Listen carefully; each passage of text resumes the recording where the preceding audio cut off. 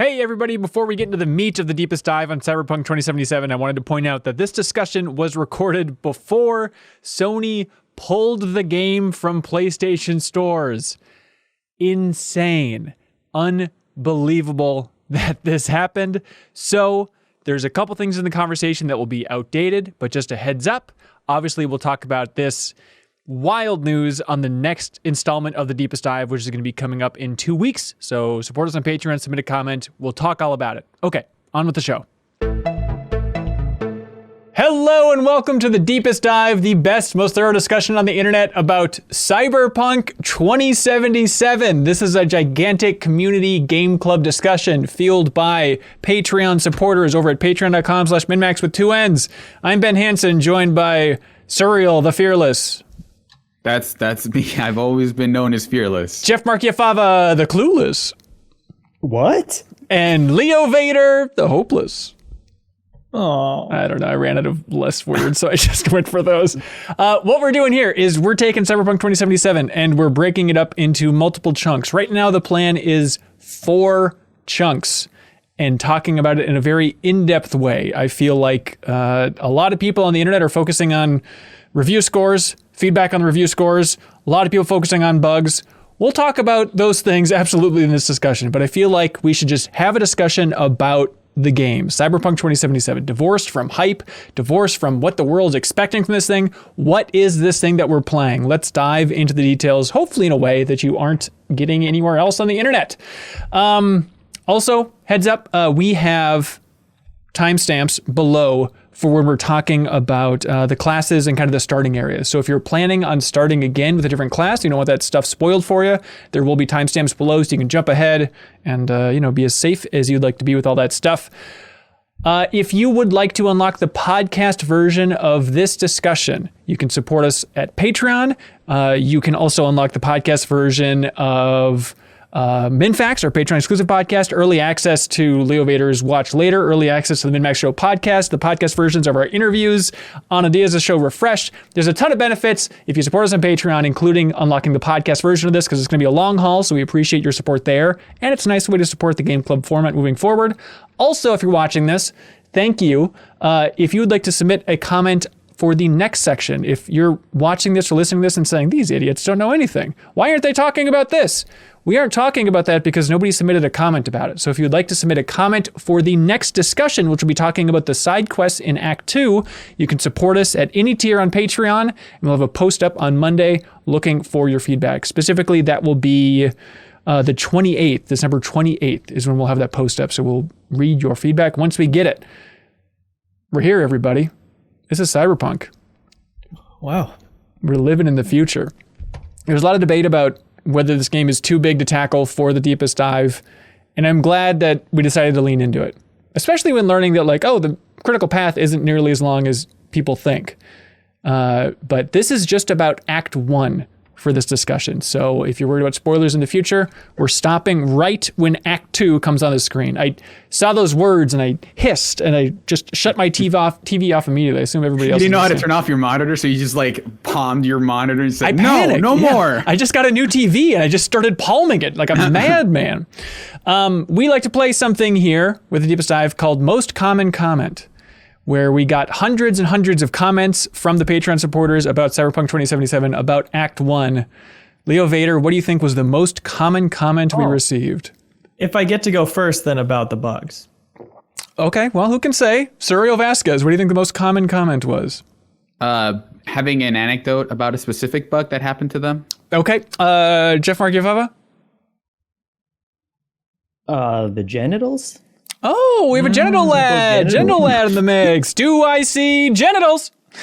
No, you idiot. Of course it's the bugs. Everybody just wrote in about all the bugs they're experiencing, which is fine. But runners up, Keanu was up there. Surprising runner up, the montage in the beginning. A lot of people had thoughts on that. And also a surprising one is a lot of people wrote in about a side quest about stolen meds and stolen medication, which I think we'll probably save until the next discussion because I haven't played that yet, and some people would really like to discuss it. So that's going to be for the next discussion, talking about the Act 2 side quests. All right, fun lay of the land stuff. Jeffem, what are you playing this sucker on? Xbox One X. One X, ladies and gentlemen. How's it running? Right. It's running pretty good. I haven't had many bugs or anything like that, but I did have, over the course of the 17 hours that I played this first act for, it crashed on me 5 times. Wow. So it's running okay-ish when it's not crashing. Yeah, it's just the crashing, which the autosave works fine, so I never lost any actual game time or anything, but you seem surprisingly kind of passive about the idea of it crashing. Are you not frustrated by this? No, I mean, that is a problem, obviously. But in terms of every time that it happened, I mean, it's like, yes, this sucks. It's 20 seconds I have to wait for it to open again and then restart exactly where I was beforehand. So it's, as far as, big things that everyone is complaining about, like there is a sea of very valid complaints that people are having right now. I feel like I have gotten off relatively easy. There's no like frame rate problems or, texture problems or anything like that. Interesting. Nice. Far, so. And what class are you? I'm the street boy. Street kid. Little street boy. Yep. Leo, how you doing? What are you playing on? I'm playing on PC. It's been mostly fine. I was expecting bugs going in as any it's weird to call this a Bethesda style open world. Mm-hmm. I feel like that's more what the genre is than I expected. But going into that, it's like, it's less buggy than base Skyrim for me. You T-pose out of the car every once in a while. There was one time where I was perpetually in combat, so I couldn't save when I was trying to quit the game. Oh, that's frustrating. That was frustrating. But it hasn't crashed yet, and for the most part, things have been going as planned. Yeah, I'm also playing on PC. I had one crash, a couple weird bugs, like Jackie we're about to go on a mission to meet Victor. And then he disappeared out of the car. And so I couldn't do that mission correctly. It wasn't triggering the next thing, but that's the biggest thing I've had. I think I'm with you where I was bracing for a lot worse than it was on PC, to be clear. And it's running pretty well. I'm running at 4K 60 on my 2080. But I have to have it on low settings. It's I'm just going to play it safe and just keep it on low because I want to keep that frame rate up. But Serial, how you doing? I'm doing okay. I'm running it on PC as well. I'm kind of running it on medium settings at 60 at 1440. But part of it was that I had some larger PC issues in that I started noticing this kind of regular clipping or popping noises, crackling kind of on the regular. And I realized that was system wide. So I actually spent several hours trying to troubleshoot it throughout as I was playing. So I would play a few hours and it just to the point where I was I want to fix this issue because it was in Cyberpunk. It was in other games that I played. But specific to the game itself, I noticed there was one pretty funny thing, which we'll get to once we start discussing the intros. But I was a nomad, and at some point you have to drive your car. And basically right in front of me as you start driving, there are these 2 characters that are basically not T-posing, but they're just kind of out there in the floating in midair in the middle of the road, right on top of each other. So it kind of looks like one of them is carrying the other on his shoulders. And I couldn't figure out how to navigate around them. So it's the first area where I'm trying to drive to meet Jackie for the first time. I had to figure out how to avoid them completely, without killing anybody and triggering combat. That's so bizarre. But beyond that, it's just a lot of, I think the biggest thing that I've had is audio weirdness where dialogue will kind of run over each other or repeat kind of regularly. So it'll just be a character says something and then they'll just get caught off pretty early. But I have subtitles on so I can read it, so that's fine. But sometimes audio will repeat or it'll end early, which has kind of been the most consistent bugs. And I'm sure I've had things going characters kind of popping into place or stuff, but nothing that kind of ruined the experience or anything major. Sure. And Leo, you can choose where we start by letting us know which class you went for, because I'm a corpo man myself. I went Nomad as well, me and Suriel. Tag teaming it. Yeah. There we go. I saw you out there. Yeah, you were one of the 2 guys. Yeah, you said let's hang out. I said no, man. We're Nomad. What'd you think about the intro, Leo?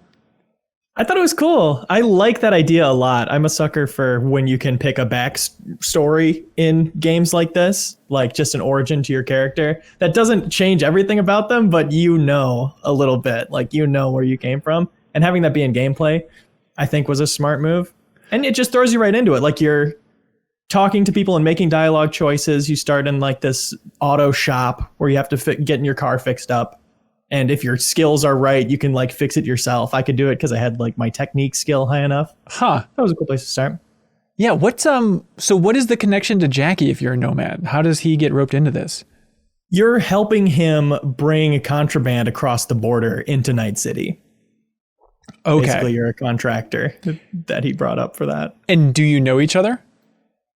Not before that. No. Yeah. Because I think like one of the early things is you go and climb a tower, but it's because you're trying to find Jackie's signal to figure out where he is. So this is as far as you know, it's like the first time you're meeting Jackie. That's interesting. And you stumble into him in like I don't think it's a trailer, but it's like a really rundown house if it's not like a trailer. And so you guys just kind of meet, and yeah, he helps you do this job, and you're kind of wary of him at first, and then like as you mentioned, you get into the montage stuff pretty quickly. That's really interesting that it varies how much backstory and kind of experience you have with Jackie, because from the corpo side, it seems like Jackie's already a reliable friend. And it's interesting that I'd imagine the dialogue is largely the same for this, the rest of Act 1. So it's like, oh, that montage is just really powerful, I guess, and it's catching you up to speed and making you a best buddy no matter what. Yeah, the most interesting thing about that for me is after you do that, you go through border security, you can like bribe the guard, then you get chased no matter what by the people who own the contraband or whatever. You have a little shootout while you're driving. You end up and in this little garage, you find out what you're transporting was a live iguana, which is kind of a funny moment in like this freezer, just because I don't know, that's so valuable at that point. But what Jackie says is like, when you're talking about what to do next, he was like, to be honest, I was just going to like leave you and not pay you. Oh, that's interesting. Which is like such a different backstory from you've been friends like your whole life. Right, but right. It still manages to set up the montage in a way that like, I love that montage. I thought it was really well done when I got there. Yeah, for sure. We have a couple Nomad thoughts here. Andrew Burns wrote in, submitted a comment on Patreon and said, this game has a problem, I think, with getting off to a bad start. Starting as a Nomad, I experienced one of the weakest starts to a game I've experienced in some time. Seems like you guys feel differently. V is immediately a bland protagonist. The introductory gunfights are clunky and unsatisfying, and the deeper RPG mechanics and even the inventory system is unexplained and confusing. I'm sure the game will get better as I become more accustomed to all these aspects, but for now, the thought of playing it makes me feel exhausted. That's Andrew's take. Ben Shively has a thought saying, at least for Nomad, there is a cutscene right after the chase sequence with the customs officers. I find it disappointing that V's introduction to Night City was a 3-minute montage rather than actually playing his first experience entering the city. I picked Nomad because I know nothing about Cyberpunk lore and wanted to play as someone who also knows nothing about Night City. But after 20 minutes of gameplay, the character is now familiar with the setting and I haven't even taken a step there yet. Sure. I thought the montage was the way of introducing you to Night City, I thought it worked for that. I think maybe what he was missing was like that big moment where you're like, where you're kind of just taking in the city and walking around, I think. And so like, I think the montage kind of speeds you through that. And I know that they have to do that because like from what Hansen mentioned earlier, it does seem like they want to funnel everybody into, okay, you kind of know Jackie well at this point. And the montage is basically how they kind of wrangle all three of the origins into one plot line effectively. You Don't Not Know Jackie, I believe was the original name for the montage. Yep. You know Jackie Wells well. Andrew R. Palomo is talking with the montage. He says, after you meet Jackie, there's a montage that jumps you forward 6 months. It's weird you get the combat tutorial after V goes through all this stuff. It makes me wonder if they cut a bit of stuff out of the game. Did you all take that montage as the idea of them cutting stuff out of the game? I could not imagine that was the case. I didn't think so. I thought it was just like the game is so much about being immersed as a contractor in Night City that it's just like, here is what your life is like. Right. Which, going back, I replayed the intro with a male V and just to check it out. And it's fun, like, after you've played through Act 1 to play through that beginning again, where it's like, oh, you get to see like V's introduction to Misty and like Jackie introducing her. You get to see Jackie and his mom. It's like they're quick shots that the first time they just flew right past you. But it's nice with that context in mind to see like, oh, you actually get to see a nice walkthrough of things, which I think sums up a lot of people's impression of the game, by the way, is I've had to summarize these comments. It seems like people are enjoying it more than they thought, but also like a lot of stuff is just flying right by them and they're a little bit confused. And playing through the opening again definitely helped on that front for me. But I kind of agree with Andrew's earlier comment. I'm not as strong on it, but I do think that the game didn't make a great first impression. And I think part of that is the confusion, and part of it was, like the console is still kind of, you can tell that they've kind of cut out some of the rendering and lighting magic in order to make it run on a console, which is kind of ironic since I'm playing it on the most powerful console that the game is officially out for so far. It's so weird. Not counting backwards compatibility stuff. Right. Well, yeah, but it is ostensibly, I don't think like the Series X optimized version is out yet, right? Because you were playing it on Xbox. Yeah, like it will run better if you are playing it, but you're still playing the One X version. Yeah. But anyway, yeah, and I think that beginning is pretty linear, and those combat tutorials and things aren't that interesting, and there were still a lot of things that I didn't understand about the systems and stuff. And going in with the kind of expectations that everyone kind of had built up for them, I started lower than I thought I was going to, and then it was a gradual growing more excited and more interested as the story. I definitely saw, when I saw the size of the area that I was in and I checked my map, it definitely felt like, okay, this is maybe the white orchid in Orchard in The Witcher 3, where it's like, here's kind of this intro area that is much larger than you thought, and you spend a significant amount of time there. So I was kind of surprised at how quickly it just ferries you into it. But I think there's maybe some, like, after that, it just feels like the origins are meant to just give you different dialogue options, right, as you're in. And then this is just kind of like, here's about as much effort as we can put into making, like, giving you kind of that start. And then, like, the really relevant part is how, people acknowledge your character being a nomad or a street kid.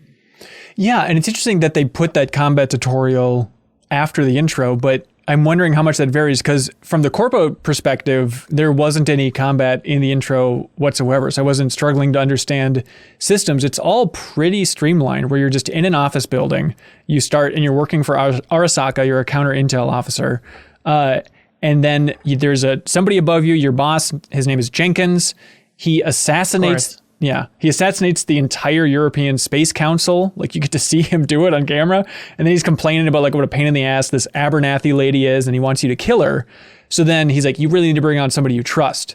So then you bring on Jackie to help assassinate Abernathy. And it's interesting that it's kind of the flip, where Jackie's kind of the moral center here compared to the Nomad encounter, where this time around he's like, are you sure you want to do this? Like, this entire thing seems pretty messed up. And then people from Arasaka come down to the bar that you're hanging out in and fire you because they found out that you had this whole plan. But the cool idea is that as you're being fired from Arasaka, like, V is just having this, like, physical breakdown about, like, whoa, I can't even handle it, because there's so many, like, corporate tech and implants in her body that literally being unplugged from her job is, like, making her just about die, which is... Well, out of the gate, I was like, that's a very cool idea and a nice introduction to Cyberpunk. Also, I like the introduction just because it's so rare to have an RPG where you start out rich. And the beginning of this is like you're drinking champagne in a fancy car, and you do get that introduction to Night City because you're like flying through, and then you land on like a basketball court and some kids are like, what's your problem? And you just like stab them in the throat and move on. It's a cool, like, cocky way to start the game that I actually really enjoyed. James Knight says, I felt justified in choosing the Corpo story. When you land in that fancy-ass Arasaka aircraft, interrupting people playing basketball, leading to them confronting you, it was satisfying watching their ire melt into fear as you bark, Arasaka counter intel, we're done here. It felt like an 80s movie a-hole, and it was great. Also, your mileage may vary, but turning off film grain on Series X greatly improved the visuals for me. That is an interesting little touch there. Jeffum. Oh, the other cool thing about Corpo, I thought this was going to be the whole game. I was so confused. But like the UI is different. I don't know if it is for everybody to start, but they have like a stock ticker that's like really small in the corner, and then like other data on the left. That's just a cool idea that's integrated into your HUD there. That's super cool. But Jeffum, your freaky street kid life, street rat boy? Yeah, it was pretty underwhelming, and I honestly didn't know when it ended because it seemed really short, and it seemed like V was just V before the real game starts, where there was another fixer named Padre who offered me a ride to wherever I was supposed to be going, and I did like a short mission for him where I killed some people. I honestly can't even remember what the details of it were. Yeah. And then I met Jackie almost immediately after that, and that was kind of their first time meeting together. Really? And it went straight into the montage. And so I was pretty underwhelmed by that, but I do appreciate, just having those dialogue options in all the different conversations that have come up since then. But, How would you characterize the dialogue options for Street Kid? Like, what's like the tone of them in general? it's kind of like a kind of Night City historian, like she knows stuff. Someone will mention someone and be like, oh, like this club has been around for like 500 years, hasn't it? And then they'll kind of have a longer conversation about that. Then it kind of builds into their idea of like, you have this set of knowledge that other people don't have based on where you grew up. And so it works that way. It's not that she's like, super savvy or anything. I'm not using my street smarts to like get out of problems or anything like that, but That's interesting. Yeah, I mean, I wonder if it's all just kind of secret knowledge, because mine is definitely more secret knowledge, but usually kind of like in a very cocky way about it's like, that's not the way businesses work, or like, this really isn't going on the way you think it is, because I know more than you do type of tone. That's not what this cool. drug does. I know what that is. Sure, yeah. What about Nomad? Like, what sums that up there? Well, there's like you're not just a nomad. I think that the intro establishes you as someone who kind of spun off from the nomad kind of circles, basically. So because the idea is that they have their own kind of rituals and stuff, and they kind of travel together, but your character decides to basically abandon that and just fly solo, which is part of it. Like when you get to the radio tower to find Jackie's signal, you're talking to someone to like, hey, help me find Jackie's signal. And they're like, well, you technically are not part of our group anymore. So I like, part of it is I can't help you. So just this one time I'll help you. And I think anytime someone references like, well, like you're a nomad, right? Like, so you have a group that you roll with, and you kind of have to tell them like, no, I'm independent, Gotcha. Free agent. Yeah. I had a weird moment, and this is, I don't know. I think there's a lot of hype around this game. I'm going to go on a limb and say that.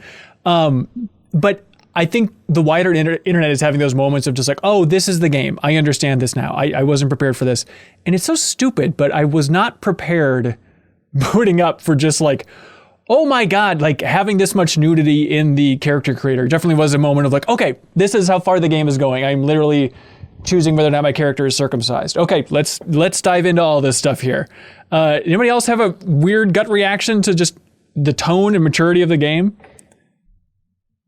I definitely, it was, I mean, we already knew about the genitalia options that were present, but I guess it still kind of took me by surprise, and it struck me as like in a more interesting decision than I thought of, like, or a decision on CD Projekt's Red's part to actually include that, because it just made me stop and think, like, I have made countless characters in countless character creators before, but they've always kind of just been this, Barbie Ken doll kind of version, and you never really address the part that has such a big impact on your identity and your sexuality and stuff. And so it was kind of interesting to me that they took that route, but then I realized, oh, also they don't really have any other kind of body types that you can choose.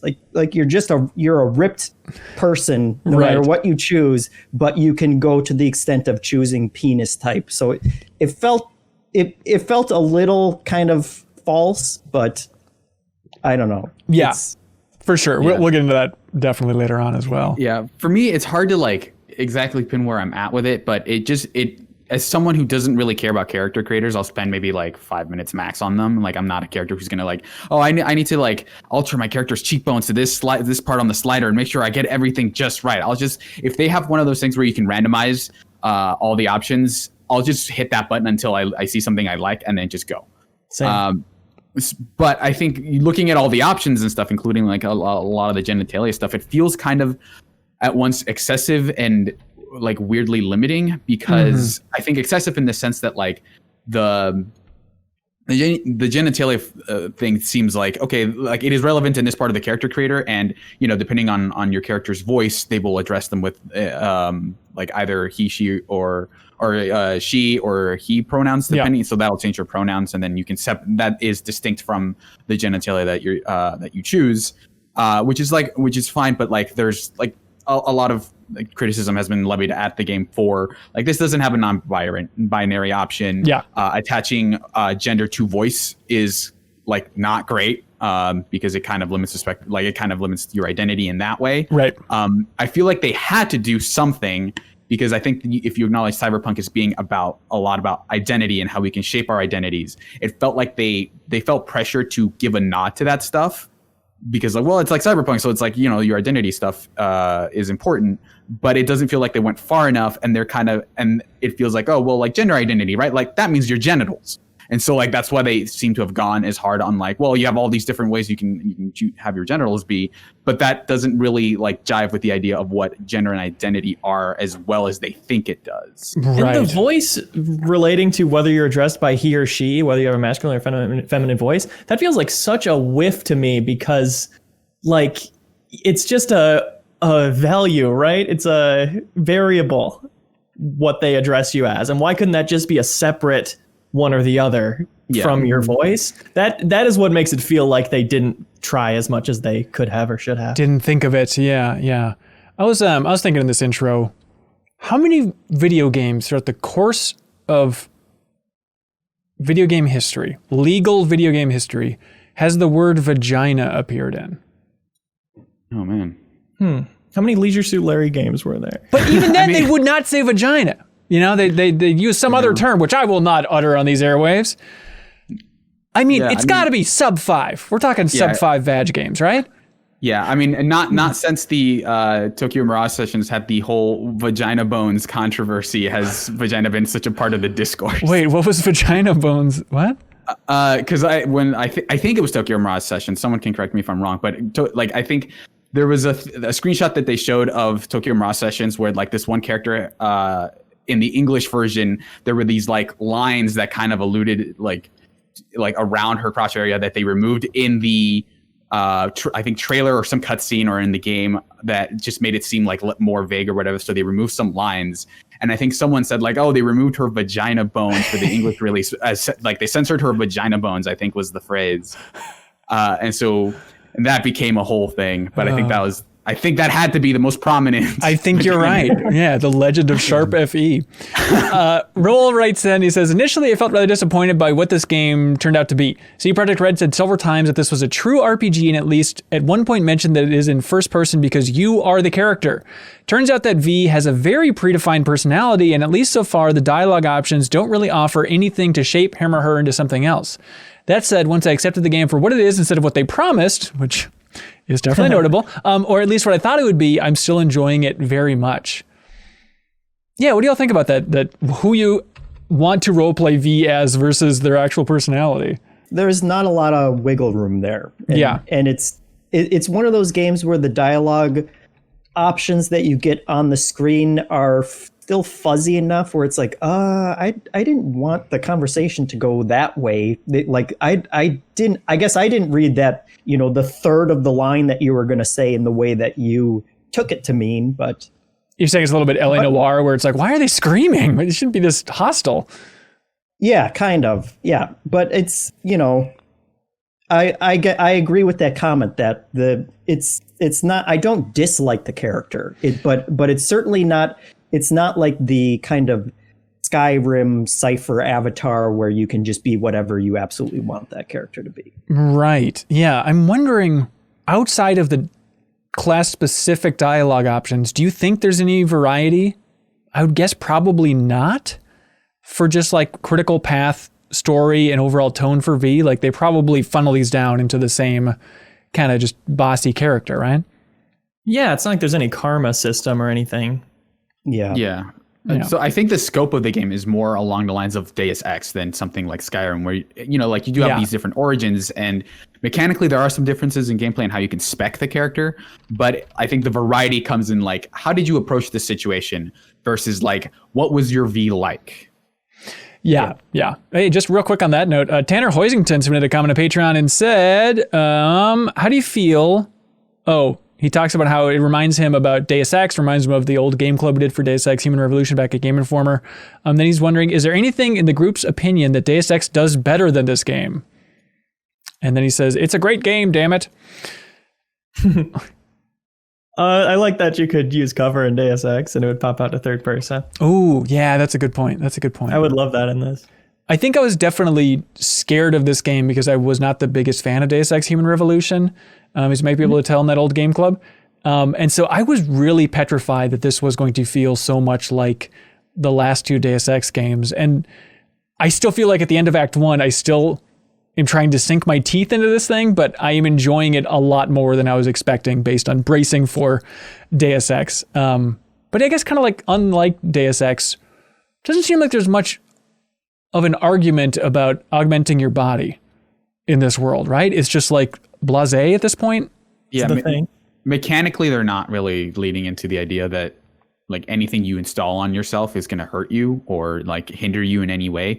I have found like some lore stuff that says like, oh, you know, like every time you swap out, you know, you might become less human, and like maybe it atrophies, and you know they have a thing called cyber psychosis.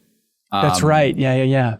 So they are kind of touching on the ramifications of, you know, like potentially altering your body, which seems weird for them to linger on, because I think like even the base game was about like, oh no, this stuff is cool and it'll actually help with like accessibility stuff. But here they're just like, but you know, like, are you losing your humanity when you swap your arm for a prosthetic? Which is like, I don't know that's, you know, whatever you feel on it, it doesn't feel like a huge issue, but I don't know. Yeah. I don't know. It just seems like weirdly lingering on that kind of thing because they felt like they needed to have that, like that kind of metaphysical commentary there. Even though it seems like society has passed it. Yeah. Yeah. Especially like this is 57 years after like the game they're basing it on, Cyberpunk 2020. Yeah, right. Old Scotland submits a comment saying, was I the only one who was pretty lost in the first couple hours? I was fine with the opening section. I chose Nomad. But then I found myself in a car with Jackie talking to a lady called T-Bug, thinking, where did she come from? And who is this girl I'm rescuing? What's going on? Yeah. I'm trying to figure out if it's like just the visual stimulation of the game overall, or what it is that just had me swimming the first time I played this opening section. But was everybody else kind of grokking what they were putting down? It was very in media res to me for sure. Right. It was like, I don't fully understand every aspect of what's going on, and I don't feel like I need to or am meant to. Yeah, because I think that your introduction to T-Bug basically happens after the montage. And I think that montage basically lets them get away with like, okay, now you're kind of in the thick of it. You don't need to be introduced to basic concepts of like, oh yeah, the sidewalks have little signages and whatever, like whatever's going on. You go to vendors and there are fast travel points in the world and stuff. So I didn't feel like super lost, but it was a lot of like, okay, I guess this is a character now.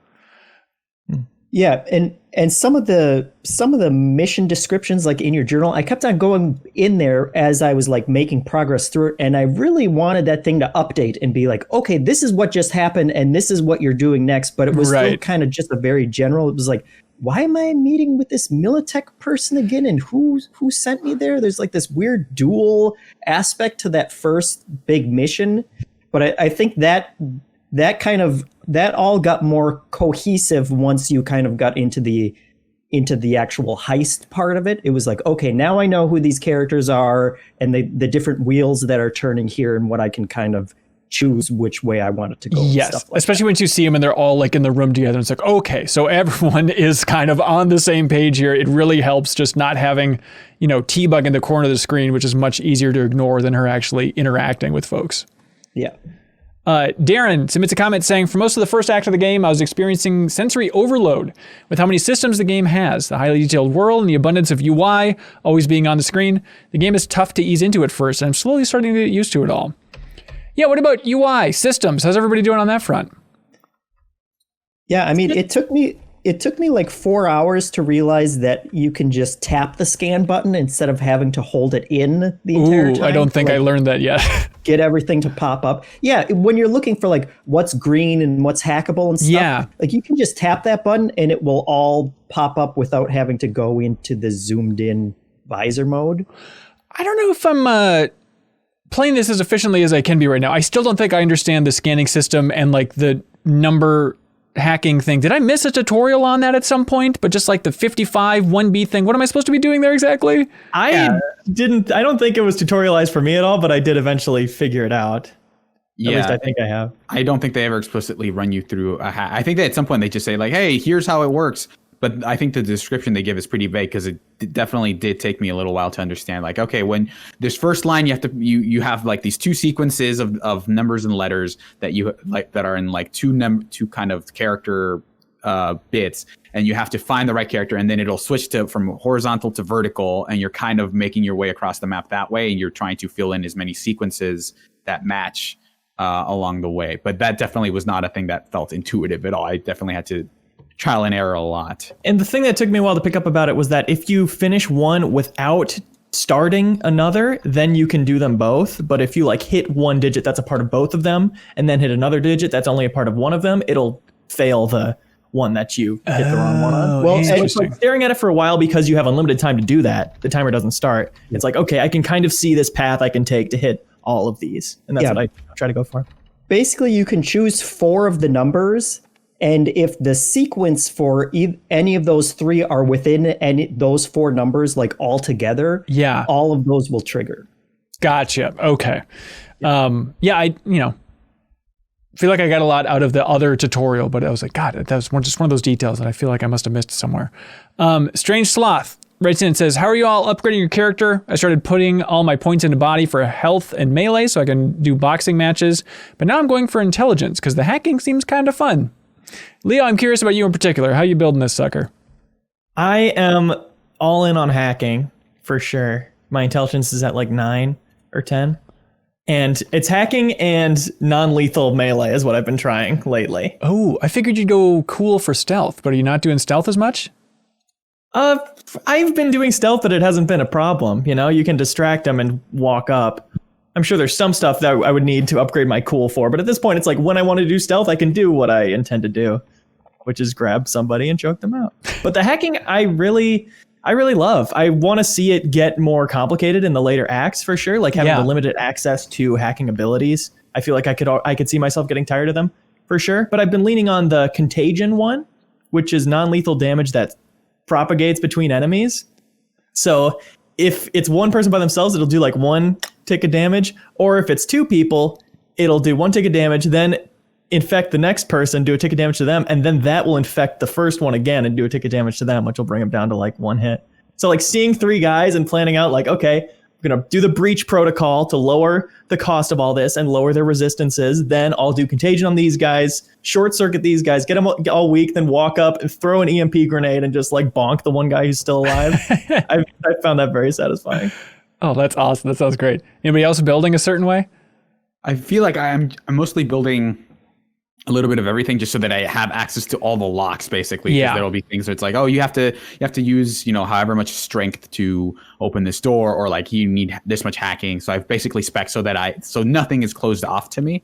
And that actually came in handy in one of the quests later on. But the one I've been using, I've been doing a lot of stealth stuff. So I'm trying to find suppressors wherever I can. And the hack I've been using most is the reboot optics, which basically blinds an enemy so I can just run up to them. But you have to run up behind them. Like you can't just this person cannot see you at all because their optics are rebooting, but you still have to run behind them instead of just like running up to them. Oh, really? Strangling them that way. But I've been trying to do non-lethal, which doesn't make sense because it's like the second anything goes wrong, I immediately pull out my guns and kill. And that hasn't been super difficult so far. Yeah.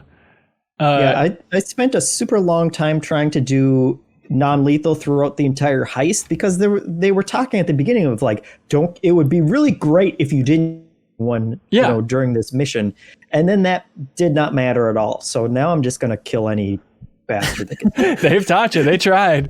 That same thing happened where it was like that heist mission, that final one, fighting your way out of there. That was the first time the like gun combat really clicked for me, and doing the dashes and the slides and mixing in hacking with shooting. It was like, oh, this is really fun. So maybe I will get back into that later. But the main reason I wanted to do non-lethal is just because you do so many like police contracts. And I guess for my immersion with my character, I didn't want to be like killing all these people for the police who I just say there's something happening a foot away from you. Go kill 10 people. Like it worked better for me in my mind to like knock them out and get the money and maybe not end them. Tactile Dreamer says, I've been playing as a cyber samurai and it's amazingly fun. The gunplay actually feels rougher than the melee to me, but maybe it's just the perk investments I've made in melee. You can turn yourself into a running tank that is constantly healing without using items, and it is amazing. I wasn't a fan of the last story mission taking away all my stuff and then only dropping guns when the S hit the fan. Didn't really vibe with my playstyle. Yeah, I bet that'd be frustrating. Like, here you go, here's one pistol, have at it. Noah D says, as someone who is usually turning away from deep skill trees, I'm really loving how it works in this game. You can focus on just a few areas. In my case, I'm all brawn, reflex, and intelligence with paying little attention to stealth or hacking. What's great is that I feel like the game never punishes me for not focusing on stealth or hacking. I never feel underprepared for a mission, even if it suggests using stealth. I feel like the game is meant to cater to players' wants and needs, and it never feels out of place against the story or world. Very true. I would say that none of it feels out of place, but I think that because it tries to be this jack of all trades game where it says like, oh, you can approach this however you want. I haven't felt like any one approach feels like immensely satisfying yet. And that's maybe because I'm kind of speccing evenly. So like the gun combat, I don't think feels as good as a traditional shooter. The hacking stuff it feels more like you're it feels more like you're a spellcaster than actually hacking anything, where it's like, okay, now I'm kind of throwing this spell that I don't really have to aim, right? I just kind of scan the enemy and hack them. And then like the stealth stuff, it doesn't feel like if there's enough finesse to it. So it feels like I think I'm actually doing okay by speccing everywhere, because it whenever an encounter kind of shifts and says, okay, well, this is an encounter where I should probably just kill everybody, versus like, oh, there's like 2 guys here, I can just stealth them without having them bring in backup. And then there's like, oh, there's a bunch of cameras here, so I can hack everything. I feel like I'm basically doing whatever the encounter calls for. And I feel like that, like not necessarily leaning too hard on any one direction of the game, I think prevents me from being frustrated with that part of the game. Yeah. K. Christian says, as someone who almost always dislikes first-person shooters, I'm surprised how much I'm enjoying the gunplay. The guns feel like they have real weight to them. It threw me off at first, but once I got used to it, I found it way more immersive as an FPS than I was imagining. Yeah, I'm having a tough time aiming, but that could just be me. I felt that way in the first kind of mission that I was doing too, where it was like, oh, this is more Euro first person shooter than I'm accustomed to nowadays, because it does feel like that. It has aim assist, but I don't think it's as aggressive as you get in like a Modern Warfare or Destiny or that kind of thing. But then when I played through like the Johnny Silverhands section, which we'll get to, like that felt really good. And I think a lot of it just comes down to like the weapons that you have. And I'm sure there's going to be a lot more like, as your stats get better, that's going to affect how the handling of your weapons and stuff. Yeah, that is a good point for sure. Thomas Dernick says, combat for me is completely overwhelming. It feels fair, and I've been able to navigate most scenarios without dying, but the moment-to-moment feeling that I have while in combat, however, is that there are 10 different things happening around me and I only have time to address 2 of them. I'm getting shot at from the left while someone in the next room is hacking into my cybernetics through one of the 3 cameras in the room. Meanwhile, I'm also on fire for some reason. Most combat scenarios that involve more than 2 NPCs have felt this way to me. I'm wondering, do I just not have the attention span necessary for this game? Are other players feeling overwhelmed in combat? I would say pause and ping. Like, you don't have to be good at hacking to be able to ping people. And if you're not spending your hacking RAM on anything else, then it's definitely worth doing. And that'll mark everybody. And that will probably be helpful to you. Yeah. And there's also really early on in, I think, the intelligence tree, there's a skill for marking the specific hacker that is hacking you. Oh, that's nice. Specific net run. I'm still not entirely sure what you're supposed to do besides killing the hacker. Like, I don't know if you can counter hack or anything when you're being hacked, because I feel like I was just like, okay, well, I guess I'm just going to get hit with damage if I can't find the guy.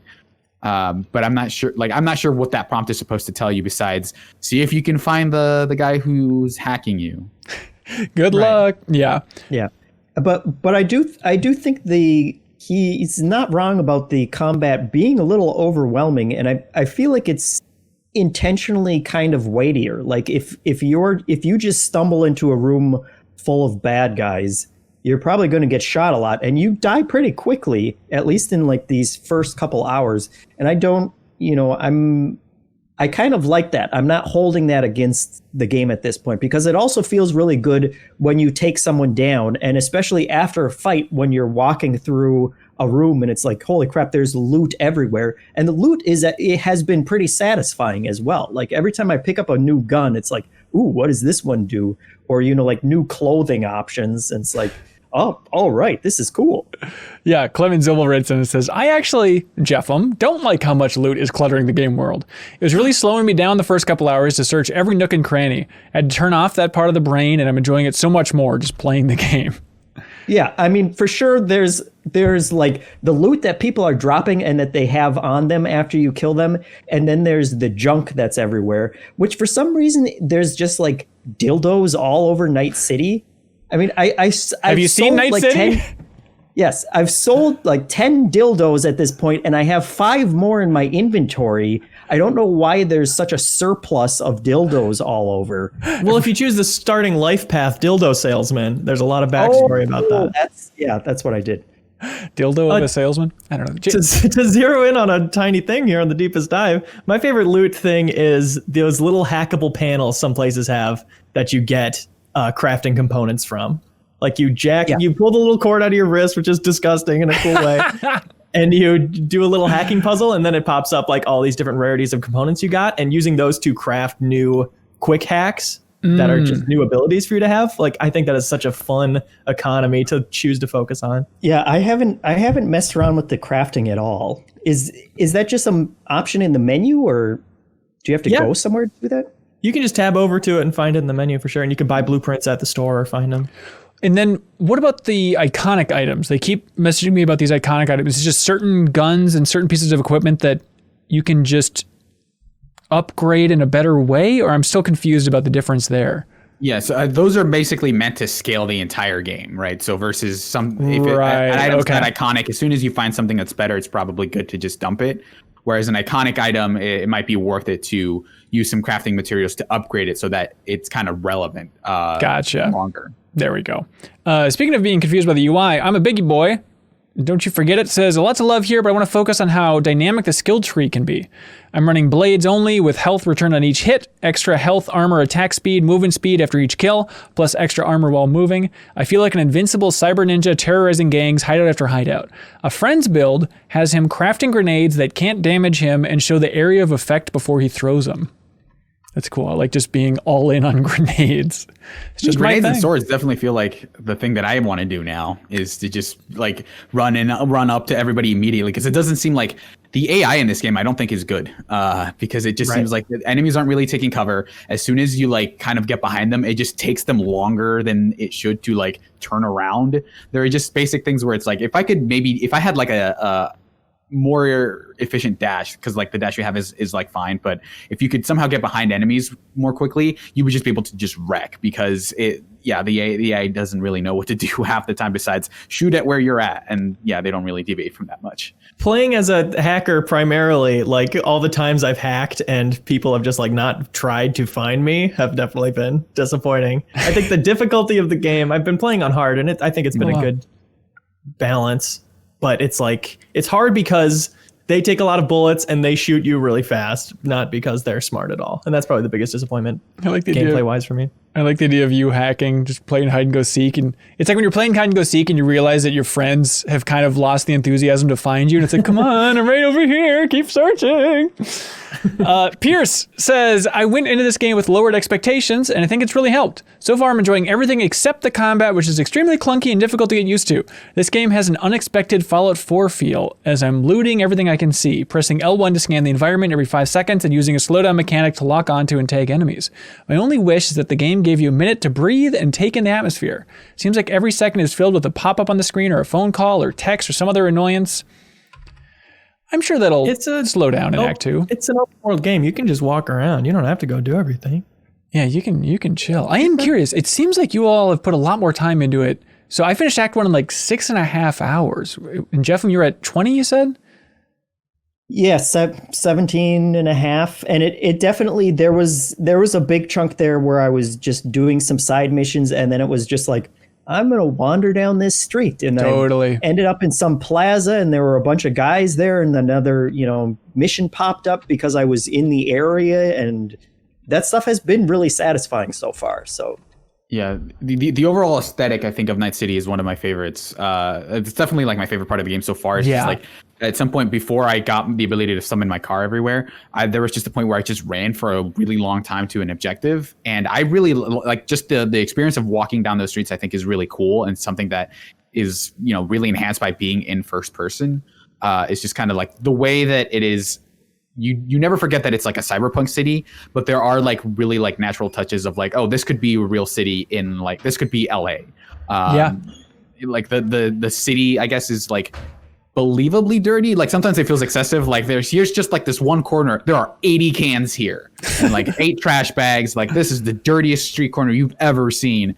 But like you'll turn a corner and there'll just be people walking by. And I think that stuff is really evocative and probably like the thing that has most kind of propelled me to keep playing at this point. Yeah, I'm such a sucker for any time in the game that they have like, I suppose it's in like certain areas, but where they have like Japanese coming over sound systems. Like the fusion of like LA and Japan is where I feel like, this feels like such a cool, unique vibe that is not really captured anywhere else. Yeah, and the fact that Japanese characters just speak Japanese and then they just translate it on it. At one point, my wife was like, why is everyone speaking Japanese now? And I was like, they're Japanese people. Like, what do you want? She's, is it still the same game? It's like, yeah, you can just read what they're saying. It doesn't have to be English in like a fake Japanese accent, right? Which is the way that most games would handle it. Yeah, I will say that like a lot of the Japanese characters, I think, have, I don't know, maybe it's not my place, but like it does feel like the accents range a lot of like people's of how thick a lot of these accents are. And like I'm not Japanese, so I don't know like if it's authentic or not, but it definitely seems like they have various actors, and it's hard to know how many of them are like actually of East Asian descent. But they definitely have like they take great pains to like put a lot of Japanese on like store signs and things like that. That I think that speaks to a lot of what they're trying to do, right? Which is like, hey, this is Cyberpunk. This is like, Blade Runner, basically, of just like, here's a lot of, kind of Eastern influence on an American city. Yeah, Victor Pham wrote in on that exact topic, Serial, saying, I'm finding the portrayal of Asian characters in this game to be pretty poor. Like, why does every Asian character in this game speak in an accent? It's not the accents that bother me. It is that it essentially others all the Asian characters, which doesn't help since Cyberpunk as a genre has traditionally been founded in xenophobic tropes. Plus, the Asian street vendors are all just collection of stereotypes. Like, why is she wearing a conical hat? Sigh. From Victor Pham. I think the one aspect that like feels weird is that they have an Asian gang, and I can't decide whether it's based on like Chinese or Japanese, and I don't think like kind of origins, and I don't think the game can kind of decide that either, because I think it's very much like culturally it's leaning Japanese, but they're like, I think they have enough nods to like Chinese culture that it's like you guys know those aren't the same culture, right? And there was one instance, I think, in the hotel where I guess I wasn't like, I'm guessing those are all people, like all the and not like androids, the people who are kind of serving you, like the concierge and stuff. Oh, with like the metal faces. Yeah, and like one of the like I just straight up thought they were androids because of how their skin looked and stuff, because they were so metallic and stuff. But one of them had like a really thick Asian accent, and like my immediately thought like, okay, is this person human, or did they program a really thick accent into this robot? Like I wasn't sure like what path they were going for. So that was definitely weird. Yeah, it took me a while, but it wasn't until I talked to the bartender in that hotel that it's like, okay, these are human beings. Because I don't know if you all did that, but the bartender's like, maybe I'm not just a bartender. Maybe the owner of this entire place likes to mingle among the people. And V's like, no, you're the bartender. Stop trying to pretend you're somebody else. But back to the world here. Riley says, I haven't even made it to the end of Act 1 because I get distracted climbing up buildings and exploring the world. I've only driven around maybe twice, like you, Serial, because I just opt to go on foot so I can explore. There's so much to check out everywhere. I also was not expecting conversation options to include other skill trees other than cool. It was super interesting being able to talk to Judy about tech because I had high enough level in that skill. Yeah, I guess, I mean, the world is something I feel like I haven't heard other podcasts really unpack. I mean, it is incredible. Divorced from hype, still wandering around this world. It is just sensory overload, I'd argue, in a good way. You know, not when it comes to the UI, but just looking around is so incredible. And certainly we've had this type of game before as far as the type of RPG it is, but having it in this dense of a city is really exciting for me. I'm not like a big fantasy guy, but that's kind of the only option I have for these types of games for a long time. Yeah. But having an actual like a future city that's a bit more relatable, a bit closer to our modern cities. And I think my favorite thing about it is how dense it is and how, like a real city, it's like, I want a type of shop, you know, I want to go eat or I want to go get clothes or whatever. And I open the map and it's like a few minutes walk away. Mm-hmm. Just a few city blocks. I really appreciate that. Yeah, it's both doing this kind of RPG in the more modern setting, and then there have been so many open world games set in cities, but this one really feels much more like a realistic kind of lived in. It still has like the Discovery kind of feeling that I get from Skyrim, where it's like I just wander into some place and I wander into something that's dangerous or something that surprises me, but it's doing that in a city environment, which I don't usually get from you know, like a Saints Row or, you know, another game that's set in a big city like that. Yeah. Ricky Rinderborn submits a comment saying, I think my favorite part of the game so far has been these moments where I just stand in a back alley or look at a landscape/city skyline. The incredible art direction and excellent music and audio design, I think, are the game's most next-gen feature. Art direction, I mean, even just like the training area, having that cool kind of like moving steel slats background, I think looks so sweet. And just, yeah, every once in a while you just see something bizarre in the city that just wows you. Like even just something as simple as they have like holographic billboards, you know, staple of sci-fi, but then the fact that they're like vertical and slowly moving up until they just like fade off in the distance, it's so cool. I haven't seen anything like that. Rich Carrasco submits a comment saying, one of my favorite aspects of the game is how you feel like a resident of the city. Having to go up the elevator, then past the shops and other apartments to get to your studio apartment is oddly engaging to me. It does not make me feel like the main character of this world, but more just another guy trying to make a living in a major city. This is oddly enough the biggest thing that sets it apart for me right now for other open worlds. That's a fantastic comment. Absolutely. Yeah, totally agree. I feel like Skyrim, I'm looking forward to the mod that is you're not the Dragonborn, that you're not the Dragonborn of this game, where it's just like you're playing as a random NPC, because it does nail that feeling of you're just like anyone else. Yeah, and maybe the multiplayer will kind of tap into that when they release that, whatever it looks like. If it's like a Red Dead Online aspect of you just running around being a street cleaner in this world, whatever you're into, Leo. Aaron Cushion submits a comment on Patreon saying, standout moment for me was walking into a clearing to find a bunch of Maelstrom cultists torn apart, lying dead around a refrigerator with blood everywhere. Cue the creepy music and my screen shaking. Turns out it was part of a side mission, which I summarily completed. Those random whoa moments that happen here are exactly what I wanted from this game. NPCs that change into other NPCs when you turn away, not so much. Well, you know, you can't get them all. Yeah. I will say I haven't found that, and I definitely haven't found a lot of those like really surprising moments that I saw in The Witcher 3, where it just feels like, okay, here's like this really solidly like not not blow away moment, but like the thing that you can just stumble into like a quest that that was a really interesting short story that happened from beginning to end that I just stumbled into. A lot of these are just like, yeah, here's a shot, like you'll get a call that is like, hey, I need you to go take care of these guys, and there's not really like a weird like moral twist, which I think happened a lot in The Witcher, of like, oh, we have to go kill a monster, and then when you get there, it's like, well, actually the monster is like kind of right in a lot of ways, and the villagers are kind of misinterpreting the monster. Whoa! Have you ever thought about applying for a job at CD Projekt Red, dude? I haven't thought about it, but maybe I should. The way you're weaving these tales. It doesn't, well, because like that's a fundamental part of The Witcher as a fiction, is that like not everything is as it seems, and they did a really good job of applying that to The Witcher 3. But here it doesn't feel like they have that same motive to like question like the base premise of a quest. It always just feels like Yeah, I mean, like for the most part, it just feels like your job is kind of set and you kind of follow through. Like the only thing that I saw that was like maybe alluding to this direction was that quest about the meds. But even that, it didn't feel as intense as like stuff from The Witcher. Yeah, I'm curious, with the next episode of The Deepest Dive, when we tackle the side quests in Act 2, I'm hoping to have a much better frame of mind for, the depth of these quests and stuff. But yeah, Will Paulette, I guess I won't spoil it, but talking about the medical supplies mission here, the stolen medical supplies, he said the minuscule side mission really stuck with me for a long time afterwards and made me legitimate shook. So it's having an impact on some people for sure. I'm definitely hoping that there are a lot more quests like that and less quests where it's just like, like the side gigs feel okay, but like the contracts, I think they definitely feel like The Witcher's treasures, where it's just like, go find this thing and then you'll just get more resources. Like they don't feel like they're narratively, substantive at all. It just feels like do this thing and you'll get resources. Yeah. Israel Roque submits a comment on Patreon and says, I'm loving how doing side jobs and gigs actually raises your reputation behind the scenes. I've had 2 side jobs where the enemies ran away from me scared because someone I killed in another side job. That's really cool. I'm looking forward to seeing more of that stuff.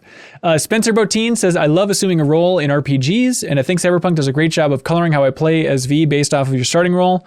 I started as a street kid, and I don't mess with cops or corpos, and anyone with a capitalist mentality is dead on arrival in my book.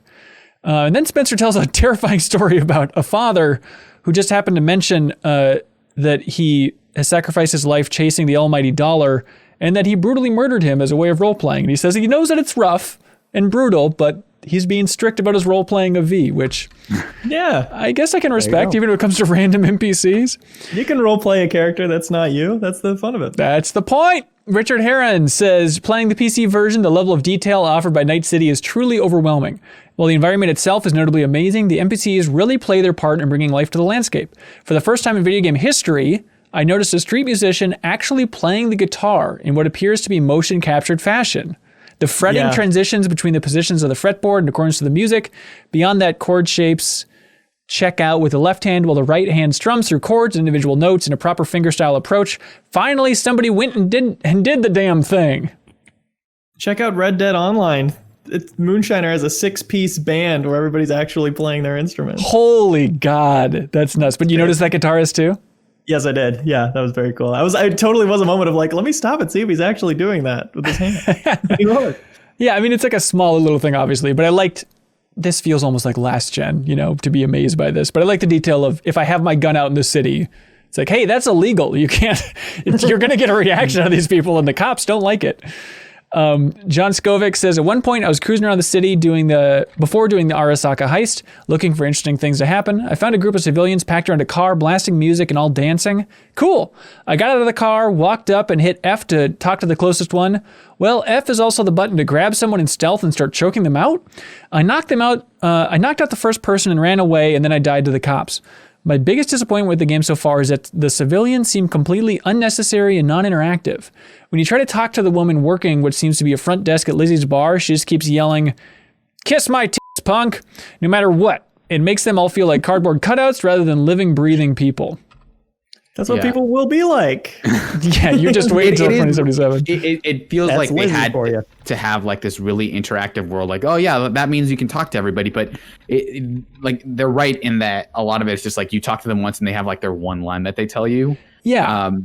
And they don't even have like something like what Skyrim does, where it's like, hey, if you're just grabbing stuff everywhere, eventually someone's will point you out for like, hey, why are you stealing that?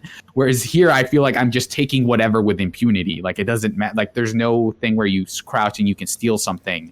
And so it just feels like, oh yeah, you guys are having this conversation at this bar. Let me just take all of your drinks and and whatever objects might be on the table, and I'll just go, and you guys will just go about your business as if I hadn't been there at all. Yeah. Which as a kleptomaniac in games, though, I appreciate that, because I don't want to have to crouch in a corner for 5 minutes for the person to turn around so I can steal their dildo or whatever, ritual bowl or whatever.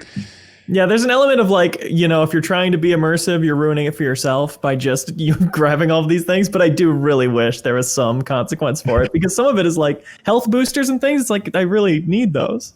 components would help a lot. Yeah. So it definitely feels like a lot of like the coolest part of the game, which is like the aesthetic in the city, just feels like a lot of really powerful set dressing versus anything you can actually interact with outside of things like quests or stumbling into areas that give you quests. Yeah. And again, I'm still trying to wrap my teeth around a quest, I think is how the phrase goes. But am I giving CD Projekt Red a pass by being like, I think that's just a matter of expectations for wanting every NPC to have like this detailed conversation tree or something more than a bark. I mean, for an open world, that's a tall order. What the hell can you do? Yeah, I mean, you can do the Red Dead thing of having a couple different ways to greet people, right? That's like the most we've ever gotten from an open world. I mean, also underrated part of Watch Dogs is having emotes that people respond to, like insult and pacify when somebody's pissed off, but it was an accident, being able to calm them down. I wish there was a mechanic like that in this game when I accidentally dash because it's double tap the direction on the mouse and keyboard and a block of people are running terrified from me. I really wish I could be like, guys, my bad. I think the game does establish the expectation that like, the entire world is interactive by like giving you all these prompts and stuff and giving you all these systems that are like, you can do this if this happens, but then kind of not following through on a lot of like places where it's like, hey, if the people have nothing to say, why have a prompt to talk to them, right? Like that should be a thing where it's like only people with something substantive to say to you should have a prompt to talk to them versus, okay, like I need to talk to, like, because there could be a quest or something that I just stumble into if I talk to the right person, right? So kind of narrow that stuff down so that I don't waste my time talking to everybody at a bar to see if there's a quest and everyone just has the one line. Right. Chase Blizzard has a hot take that I saw a couple of people comment with saying, I'm having fun with the game, but I don't really see why this has to be an open world RPG. The main story and characters are great, but the open world and side quests, not so much. What if this was a 15-hour more linear experience? You know, if they made it more like a Mass Effect 1 or even like a Outer Worlds, I'm sure CD Projekt Red would jump out of the office building if they heard you say that, like, that was an option? But did anybody think about that? I mean, you can play it that way. That's true. You can, that's right? What you want to do. Yeah. But I like the being able to wander off. I mean, if you did it that way, then we wouldn't have all the things that we're gushing about, which is just being able to wander around in a giant city and discover things on your own as you go around. Yeah, I do wonder though, like, you know, in this is like Act 1, right? So will we get bored of that by the end of it, where it's just like, the novelty of the city is worn off. Now I'm basically just treating it the way this person wants it to be, which is I'm basically just going to quest because I found, you know, like how I know what's fluff and what isn't now. So I'm just kind of mainlining through the stuff that I think is relevant.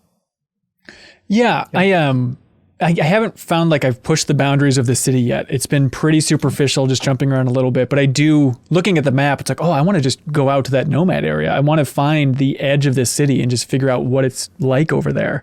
And then try and promote people to move out of the city, which is mainly what I do. Is I look at every NPC living in this world. It's like, just move out to Montana, move to Minnesota. What are you idiots doing? Get out of here. There's an assault in progress every direction from here. Well, I mean, like, look, the world is different. You know, the United States has been split up into several new countries now. You know, there's like the Republic of Texas now. So, you know, maybe it's not an option to move out of Night City just yet. Yeah, is that true? I haven't found that lore detail. Is that really? Yeah, I wandered into a map. I think I have a screenshot of where they show you that, like, yeah, there's like, here's like this northern area, and then like all of them are blue, and then like here's like this huge thing that's just here's the Republic of Texas, and that's like the one part of the game of the map that is labeled as like being extremely red for some reason. Ha, interesting. So the only map in the game is just the Electoral College of these new countries. Is that what's going on? Derek Maldonado writes in and says, other than the fact that the game has crashed on me 6 times in my 9 hours of playing, I'm enjoying it. I have to say, this is missing so much from the original marketing. Firstly, there seems to be no wall running in the game, a thing that seriously had me hyped. Then, what looked like the coolest part of the story in Act 1 is shown as a montage. The RPG elements and conversations seem to be yes, annoyed, yes, Nomad Street Kid corpo version of yes, and not so much more after that. But the shotguns feel spectacular. Okay, a lot to go through here, Derek. I forgot about the wall running thing, but apparently they scrapped that in development. I cannot imagine wall running in this game. Yeah, they're showing it off for a while. It seems like it would have been a real mess if you could do it in the city. Yeah. Like, how the hell? It would definitely help with some of those objectives where like you're trying to climb through several apartment buildings, and then like I think the pathfinding and that stuff I think is fine in that it doesn't just say like, oh yeah, as the crow. It's not like as the crow flies. You can just figure out how to get to this marker. I think it's pretty good about giving you the right path. But that definitely would have changed. Like, well, I guess I don't have to take the elevator as much as I can just wall run in this very tiny area. All the way up to wherever I need to go. Which would be cool because the mantling and climbing and stuff is really good. Like pretty much whenever I've wanted to jump and hit a ledge and pull myself up, it's gone exactly how I wanted it to. Yeah. So if they could have blown that out even bigger, that would have been cool. And also, it's very funny he pronounced his last name Maldonado because I think it's Maldonado. How do you know these things? Maldonado is the cyberpunk version. He's got some sort of cheat sheet over there. Ben O'Donnell submits a comment and says the coolest group so far is hands down the Trauma Team. I'm going to be so happy if I can join them later. Fingers crossed. Yeah, we all want to be in the Trauma Team. They're really cool guys. Militarized DMTs that fly around. What does that look like, I wonder? Is it just you take on jobs for them, or is it just like I got the Trauma Team ending where I just decided to become a medic? Unclear. I did like in that first mission where you're like carrying the lady out and then they land and stuff. I like brought it over to them. And clearly the game like needed to stage something. So it's like, go back to the doorway. Go back to the doorway. And I was like, why? And it's like, oh, okay, clearly just the animation's not going to trigger unless I'm standing this exact spot. Same thing happened to me. We have protocols. Always stand in doorways when you're carrying out a naked dead woman. Joshua Duproy asks, what's everybody's thoughts on Jackie as a character so far? I know his character got a lot of flack in early previews for some cliche stereotypes regarding Hispanics, and still quite early in the game. But other than some out-of-place Spanish terms awkwardly tossed into the conversation, nothing about his character comes off as too grating. And just before we get to that, AJ Mosier, friend of the show, also writes in. He says, I think Jackie Wells is one of the best characters I've met in a AAA game this year. He's got so much personality, and his back and forth with V is the perfect way to ground the player in Night City's world. Playing as a street kid, their relationship emphasizes the ground-level struggles of this city in a wonderful way. R.A.P. to a king. Yeah, thoughts on Jackie as a character? Yeah, I'm mixed. I think for both of. I think I have both of those thoughts in my head. Just I think his use of Spanish I think is really inconsistent in that a lot of it is like. He'll just say a random pendejo to start like, he'll just insert those words randomly in places that I don't feel belong. And like, I mentioned that, in previous stuff. And I think some people have mentioned, well, I know people who talk like that. So I don't necessarily want to police how people say Spanish, use Spanish in English context. But a lot of it did feel off to me. And so, because I think a lot of times when you do that, you're kind of commiserating with someone that, what this word means. We both know what this word means. So I'm just going to use it. Whereas like, even with the intro, it doesn't feel like I'm on that level with Jackie where he would know that I have, that sort of level of commiseration. And so, whereas me from like the corpo, it's like, oh, maybe they have been around each other. Yeah. So it feels like they're kind of just assuming that you think that you're that close, but as a nomad, it didn't feel like we were at that level yet. Yeah. And I think there are just places where you just don't substitute those words. There are places where I think they do a pretty good job. Like the way he says Wakako, I think is a pretty accurate representation of how someone who is Hispanic would say that. And what is that word? It's like the name of, I think it's a person or a place, but he just pronounces it with like a Spanish kind of diction that I think feels accurate. And there's at some point he mentions talking about soup and he refers to it as sopa de fideos, which is a term that I've used before, and that it feels like, okay, yeah, you can just call it chicken noodle soup, but even in my head, I still like that is just still the reference that I use for chicken noodles. I don't necessarily when I'm thinking, I don't refer to it as chicken noodle soup. I refer to it as sopa de fideos. Interesting. So that to me, that feels like a more natural version of that speaks to like, this is the Spanish, this is a uniquely Spanish term, even if it's not something uniquely Spanish. So to me, it is inconsistent where it's like, there are times when I'm really eye rolling at him. And there are times where I'm just like, okay, this feels accurate. But I think with that aside, I think by the end of it, and like we'll talk about that stuff later, I think his death hit me harder than I would have expected. Yeah. I loved Jackie. I love the phone, the way the phone works. We should talk about that today for sure. I would call him between missions all the time. Like when I was driving between missions, it's like, let's call and check in on Jackie. And then he's got dialogue related to what's going on in the story. And you can just talk to him, asking him how his mom's doing. he's not like a groundbreaking character, you know. He's got his mom he likes, he's got his girlfriend he wishes he could spend more time with. But like by the time, you got to that point where you're going up to the next mission, it was that line that was like, this is the most important day of my life. Yeah. Where I was like, oh no, he might die today. I'd be really sad if that happened. I'm stupid for not expecting that. Like the idea of there's this big heist mission early in a story, and in my mind I'm like, well, I hope it goes well. It's like, you idiot. Yeah, I was gonna say that was more foreshadowed than I thought it was going to be. Just once you get to the bar and he's like, hey, by the way, my martyrdom hero drink would be this and this and this. It's like, right. Yeah, all right. But I do like it's just like he had such a sense of optimism and just like he was more emotional and more sentimental, and I think that like this is a story that really needed that, and that kind of made him feel like a great kind of tag along buddy for this first act, because he's the fun guy in this city full of freaks. He's like the one likable guy. He's the fun guy, but he's also like the lonely, sweet guy. I think just like how excited he was about that relationship with Misty is such like an interesting detail that they really focus on that, or even just him with his mom, where it's like, well, it's small, but yeah, probably because it contrasts so hard that it immediately pops. Or even like, I love that bit where they're going and they're in the hotel and they sneak in and, get the equipment past the guards and all that stuff. And then he's like talking. He's like, this reminds me of the hotel in Zurich for that one convention. And then T-Bug's like, stop it. You don't need to do that, Jackie. Like, you can't pull off this acting, dude. Shut up. What? I'm taking it seriously. Right. On. Like he's so enthusiastic. Yeah. I wouldn't necessarily say that like I really liked him as a character, but I think the best thing I can say about him is that he reminds me of people I've known.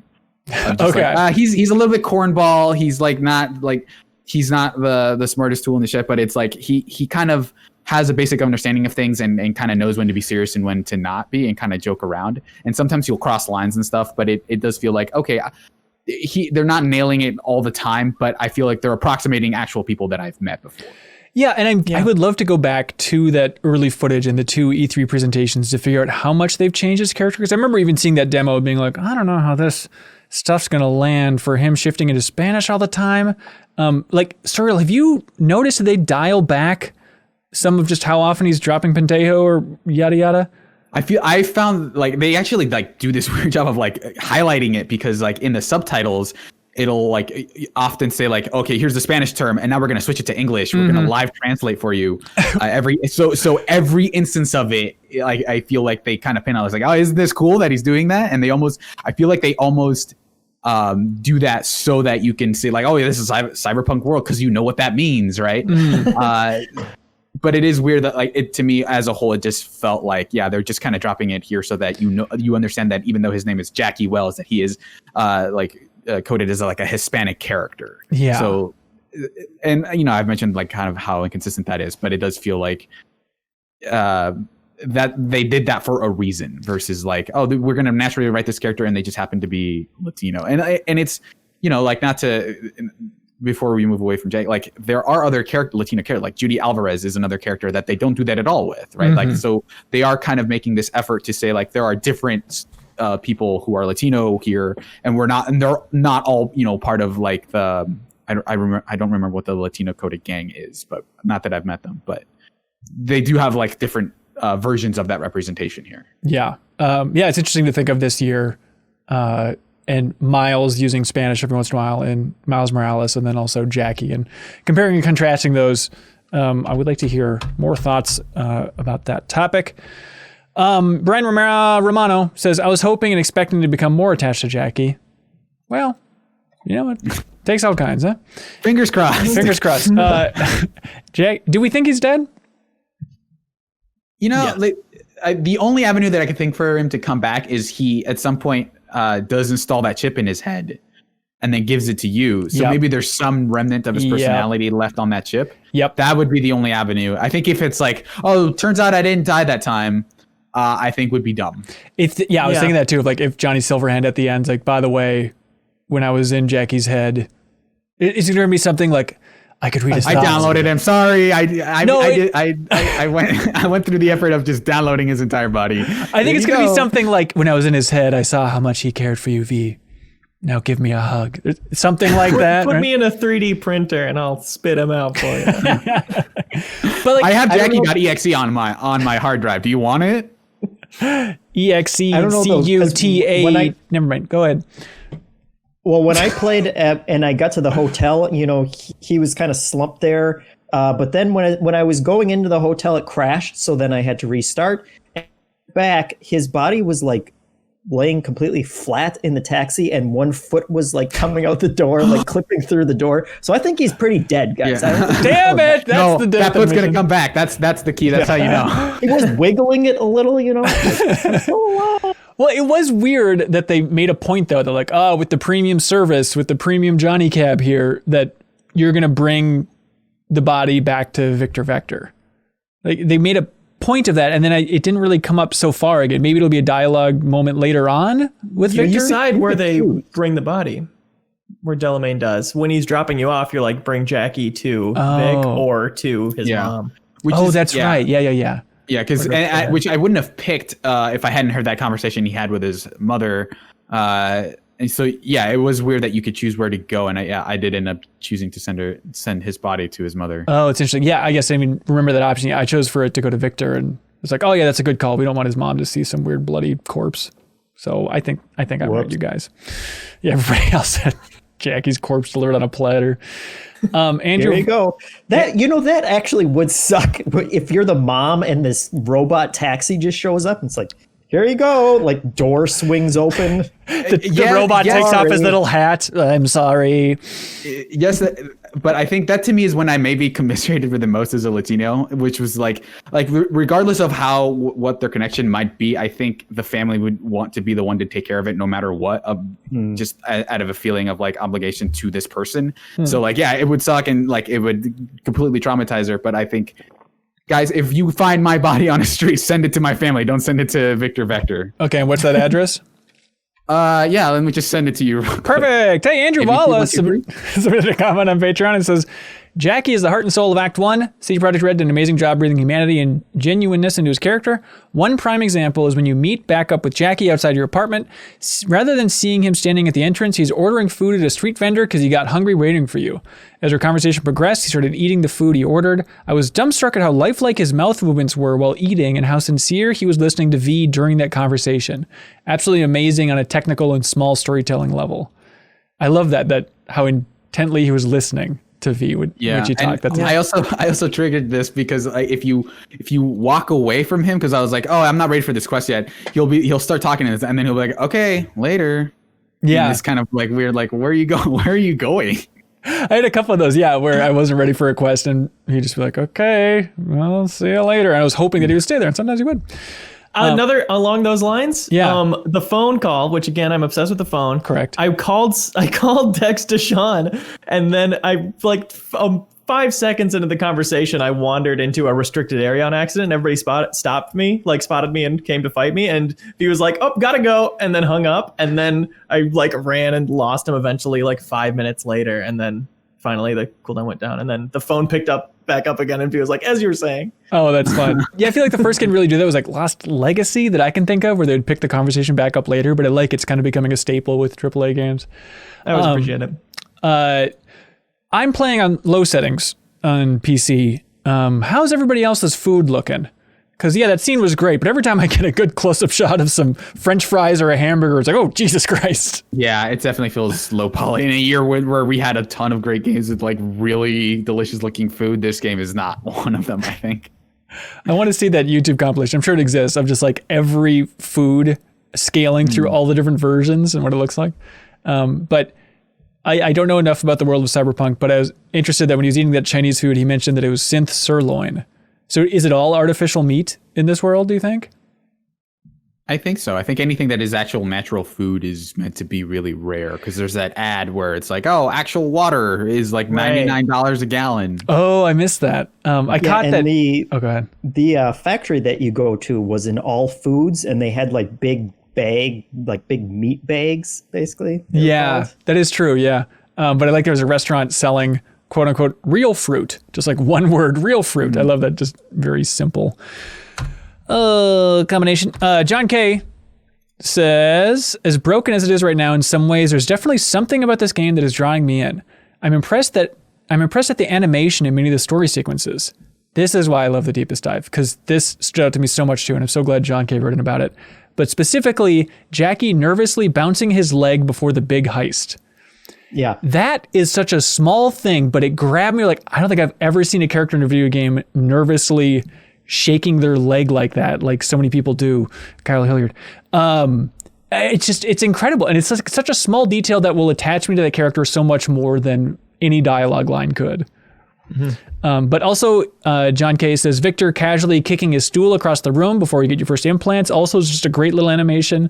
There's a lot of work being put into these little scenes that help bring the game to life. It leads me to pay more attention during the story sequences because they don't feel as cookie cutter as they do in games like Fallout or Outer Worlds. Also, shout out to the sound design. Shout out. Yeah, and that is one of the kind of big differentiators for me as well. Is just the story and the pacing of the cutscenes and everything has just been so much more engrossing than the typical, like Bethesda RPG. Like, yes, like it's giving me a lot of the things that I like from Bethesda RPGs, but like the entire heist sequence that we'll get to later, like that was just solid quality, video game mission storytelling that was happening that would feel more like you would expect from a more linear game. Yeah, Empiric Unicorn agrees with you, saying, I like how they handle dialogue in the game, shying away from the freeze and talk or the zoom and stare, opting for more fluid style that adds more to the medium overall. Tis true. Sean Mills submits a comment on Patreon saying, I really enjoyed all the side characters in this section, but my favorite was the Ripper Doc you meet behind Misty's shop. He has an amazing name, first of all, Victor Vector. Is that just a cool sci-fi name or is it an airplane reference? What do y'all think? I mean, it can be both, right? Okay, there it is. Unlike everyone else in the world, he isn't searching for fame or power. He just takes pride in his work and is just happy living his life. If you look at his TV, it shows a fight, and he mentions he's a former fighter. I just hope I can earn enough money to pay him the enormous debt that I owe him. When the dialogue option was like, I'll pay you back, I made a note. I was like, will that come back later? Do I have to pay him back? And the fact that it came up as a side mission, you could do it any time, is to give him all that money back. I thought that was genius. I love that. Yeah, and he's such a cool character. Again, a little bit like that Jackie, even maybe more so, just like, well, he's just a voice of positivity. Like V has that line where she's like, I think he's the only happy person in this world, which is nuts. But yeah, he's fantastic. His voice acting is great. Because I love gaming. That's true. Let's see. Joe Kefchinsky says, I gave 100 eddies to that preacher outside Misty and Vix. He's definitely onto something with the alien vampires from Alpha Centauri, right? Mm-hmm. I believe so, yeah. I ended up giving him $1,000 on accident, and I was just like, keep him.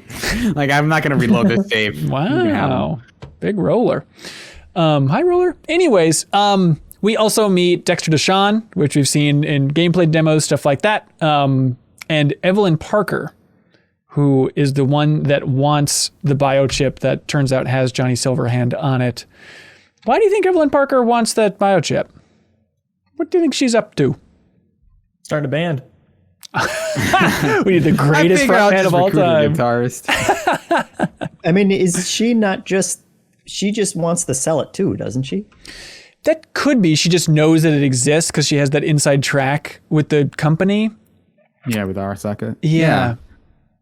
I feel like that whole quest I was waiting, because I was totally on Evelyn's side of like, yeah, I'll double cross Dexter Deshawn.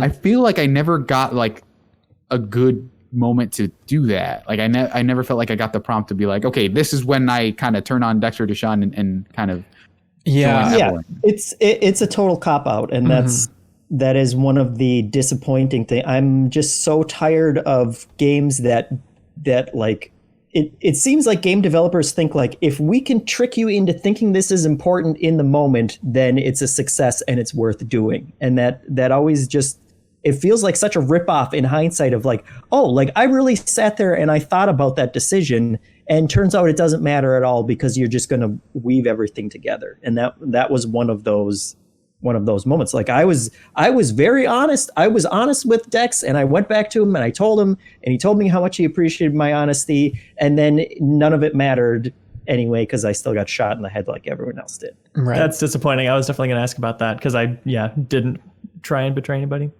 It seems like there is some flexibility later on here. Wade Lee says, an interesting thing I didn't realize until hours of playing is that you have to actively go into your phone and initiate texting responses to people in order to progress both main and side quest lines. For example, you can sleep with Meredith Stout if you ally yourself with her for the spider bot retrieval mission. You initiate this romance option by sending her a message saying you want to see her after the mission is complete and she's already sent you one. I find it amazing the amount of agency the player is given and the choices they make and the outcomes that follow. Nothing would happen if you did not respond to text messages in the game, similar to if you don't respond in real life. And then somebody else in the Patreon replied to that apparently if you sleep with Meredith Stout, you get a vibrator as a melee weapon, and it's apparently amazing. Perfect. That's really interesting because at the end of the Flathead mission, Meredith is certainly dead in my game. Yeah. Yeah. She's out of the picture. Well, she's out of the picture. I don't know if it's clear that she's dead, but for me, yeah, I guess save that Anthony Gilchrist guy, and then he's the one that comes up with Militech at the end. So I forget if he says that Meredith is dead, but... He implied, and he said stuff in a way that made me think he was dancing around just saying that she was dead. And I do want to clarify, like, not all there have certainly been plenty of choices in here that do have impacts. That's just one of the ones that didn't. Yeah, it's a pretty major one. Throw the entire game under the bus. Yeah. They present it as like, okay, well, here's one of two ways this thing could go, and then they just kind of sideline that as far as we've been able to play. Yeah. Yeah, that's true. I do find myself with every decision being like, does this one really matter? Does this one really matter? I'm very curious how like the class stuff is going to come back in, because other than the dialogue options, I was waiting for when they said like Arasaka Corporation in the main story. I was waiting for V to be like, I used to work there, or like have some connection to it. But the fact that there wasn't any of that was a little bit disappointing, or even just like on the heist mission, a little reference in some way. Maybe it was and I missed it, but Brian W.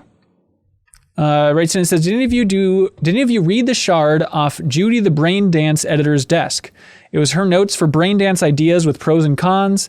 The ideas were giving birth, common dreams, and 2 actors in one brain dance. As a random idea note taker, I felt this was pretty genuine. I like that this long into brain dance's existence in the world, they're still taking notes like, oh, what about giving birth? No one's tried that yet. You think that'd be an early one? Right? We'd all immediately go for that, right? Would you take that brain dance, Lou? No.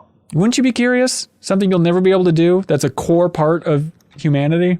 That's known for how horrible it is? Yeah, it's one of the most immensely painful things you can do as a human being. I think I'm okay. I will take their word for it. I don't think I have to be like, oh, this isn't as bad as I thought. I will never empathize with people. All right, Jeff, I guess it's just you and I. Everyone else is scared of living. Right. What if you get addicted to it though, and you're just like, I need to give birth again? Right. Give me that brain dance, please. I like the way Judy was prepping you for that brain dance in the tutorial. Like, she was into it in the same way that people who are really into their VR headsets are trying to hook you up. Like, no, dude, you gotta try it. Really, this is the ultimate experience. It's funny to see that enthusiasm coming through.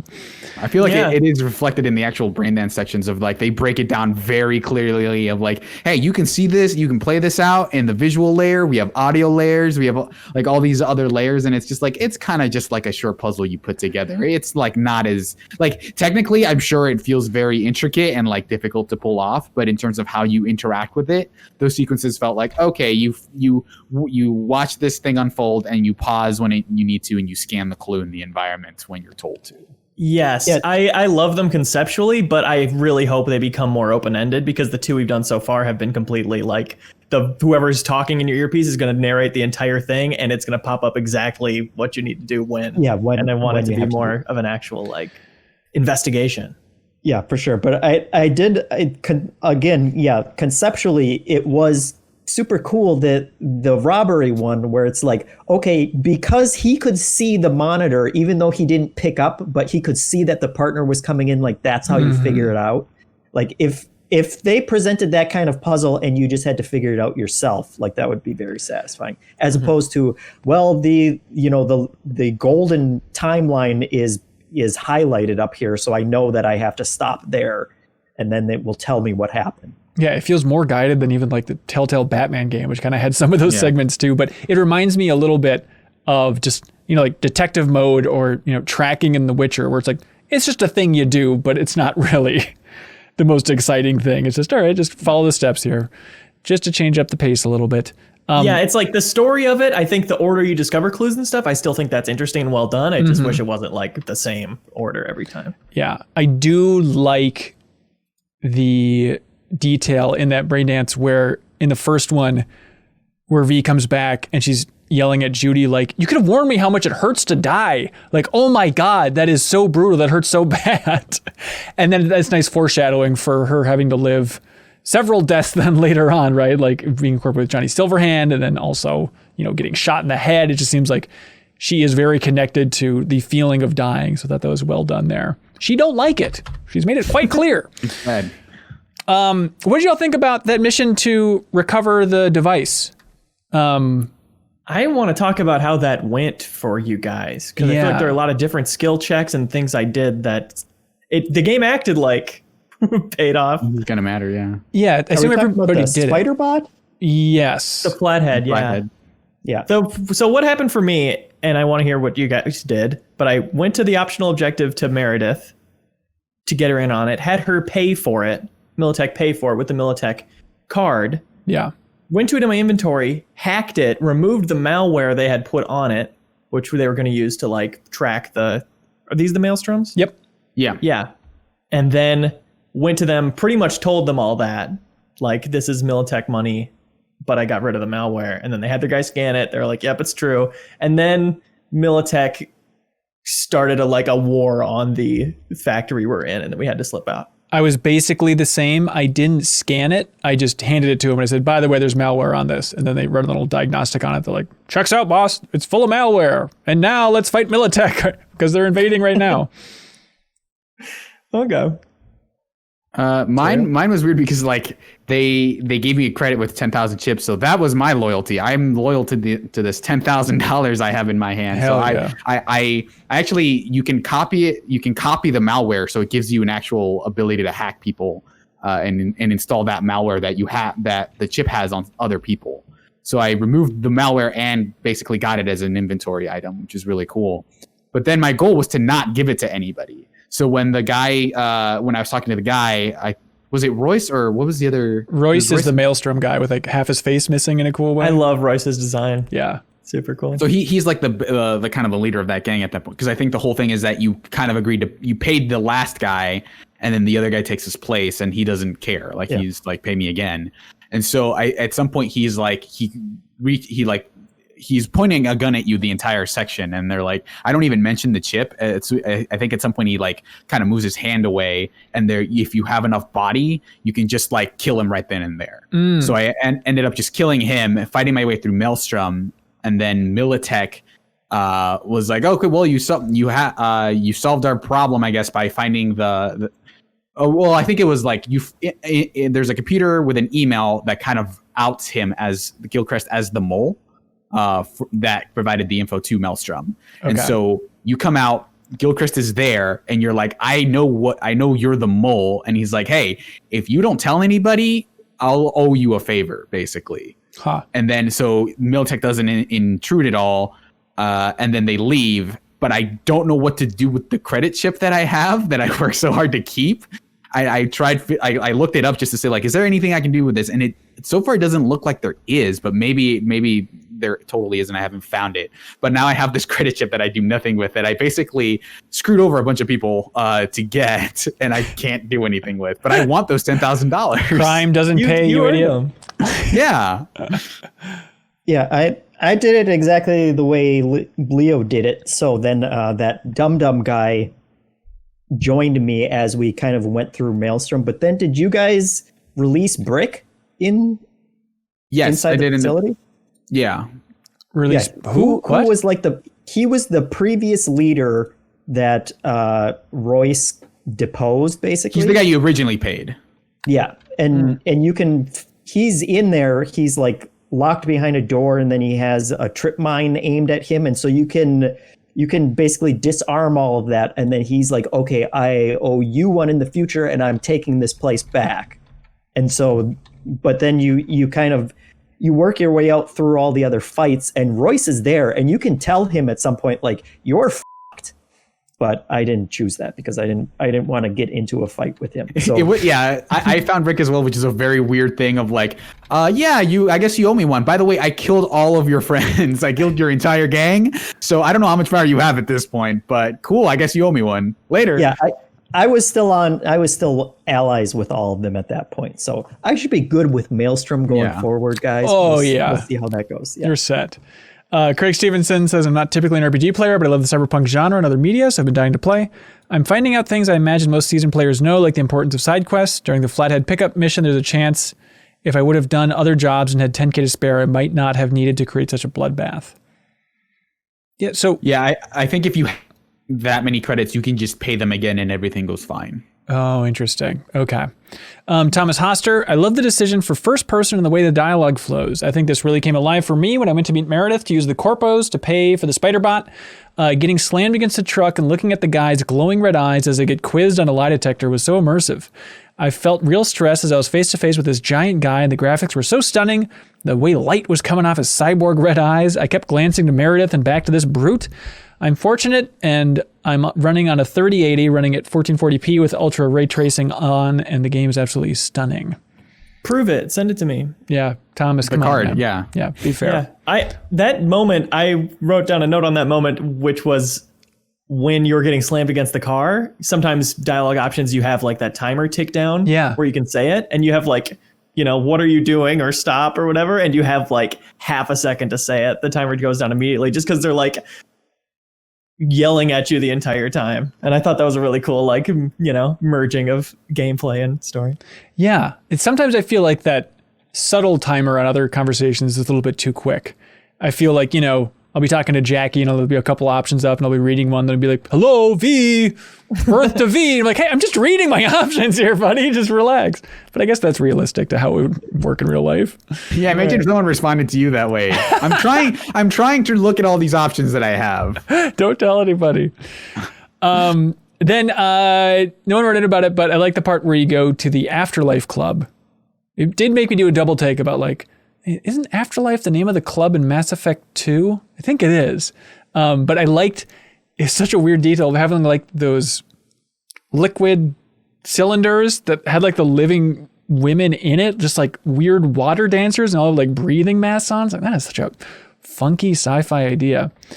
And then everybody gets together and T-Bug apparently is very into Greek philosophy, just for a little character detail between her and Deshawn.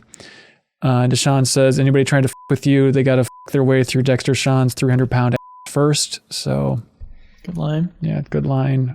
I wrote down holy cyber cow. Yeah. Good line. Yep. No doubt. Great. Write that down. I heard you typing. Write that down. Cyber cow.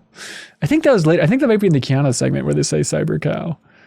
But I guess, what about just the writing in general? How's it sitting with everybody?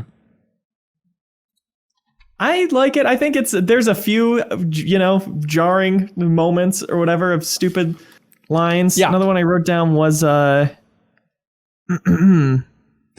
hopefully they'll turn a blind eye to our dubious docs is something you say in the Nomad intro.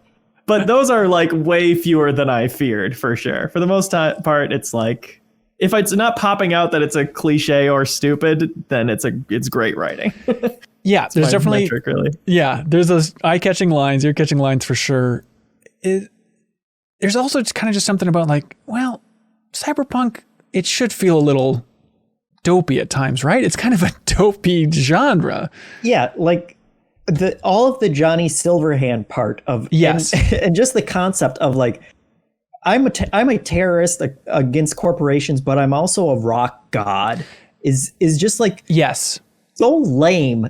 But then you're also just like blowing people away with like this super powerful pistol. Oh and my God. It just kind of and like all the characters like on his team, like Rogue and everyone, they all fit like that perfect 80s sci-fi future, lame but still it somehow all works together kind of vibe to it. Yeah, especially that's a good way of looking at it. Yeah, I mean everybody feels like a superhero, super spy, just, not realistic in the past. And that kind of is a good hint of the tongue-in-cheek nature for even the current world. It's not all trying to be genuinely cool. It's all through that veil of this world is a little bit hokey. Yeah, I think when it's trying to kind of ape movies that kind of crib from that aesthetic, from a William Gibson novel, I think that's when it's most comfortable. I think that like reading a lot of the lore stuff, because I basically would stop every few seconds and read every entry. Oh, wow. It's definitely like, it kind of knows that it has to kind of allude to how the world has changed since the inception of Cyberpunk, but it doesn't really always know how to do it, how to like properly like modernize a lot of these concepts. So like there will be thing where they mention cyber psychos, right? And like and they're talking very clinically about like what it's like to have cyber psychosis and people with like disabilities facing like a lot of discrimination and like how a lot of that stuff is unconscious, but it still refers to them as cyber psychos, which is a thing that I don't think a medical journal, which is like the context of the thing, would refer to someone with psychosis as a psycho. Right. And they're like, and so like there is a lot of clumsiness in how it kind of tries to meld like the era that we're living with really like a lot of the cornier cyberpunk aesthetics, but there are some cool things that it comes up with. Like there's one entry about like the European Space Agency and how they're like, yeah, we're gonna make a bunch of money by basically making a bunch of satellites, underpaying our workers and sending them all to like basically mine resources or something. And then all the workers decide that like, oh yeah, you guys like, because this is all run by a corporation, you guys don't have any authority because like you're having a bunch of managers basically take care of us, but we outnumber you. So they just mutinied and took over the entire space stations. And so now it's like, they established their own nation outside of Earth by basically taking control of like a corporation's satellites. I love that. And I think that's a really cool concept, but it's like that. And then you think about Earth and like how all the ads are really like very GTA corny of like, oh, this and this, like this really weird idiocracy kind of like a jokey thing. So I think it has troubles kind of coinciding those things together. And people kind of lambasted one of the ads, kind of appropriately for showing very like exoticizing like a trans character. And so that stuff feels in line with like the like GTA part of it. So it doesn't fit when the game is like, no, these are all people. We need to empathize with like a lot of the people who aren't being served by Militech and corporation stuff. So that's sort of like I find it solid, but kind of conflicting in what it's trying to do with that writing. Yeah, that's exactly what I was going to say, that like a lot of the times it feels like it's trying to be Blade Runner and it's cool when it's doing that, but other times it slips into like the Saints Row goofy open world stuff, and that disconnect for me has also made me roll my eyes a couple it's like times. Blade Runner and like Johnny Mnemonic exist in the same world, and like the game doesn't really know what to do with those extremes. Interesting. Speaking of extremes, Wade Lee submits a comment saying, a fun fact is that Hideo Kojima has a brief cameo in the lobby of the hotel for the mission titled The Heist. Okay, yeah. I was wondering, because I saw his name, it was Oshima, and all you can do is I didn't know it was Hideo Kojima, but like I talked to him and it seemed like he was a major character because the way the game highlights him seems pretty specific. So, and he has like, because it's not just talk, like the prompt is talk to Oshima. So I thought, okay, if I were a corpo, would I have more interactions with him? But he just says like, okay, who are you? And then it's like, oh, hi.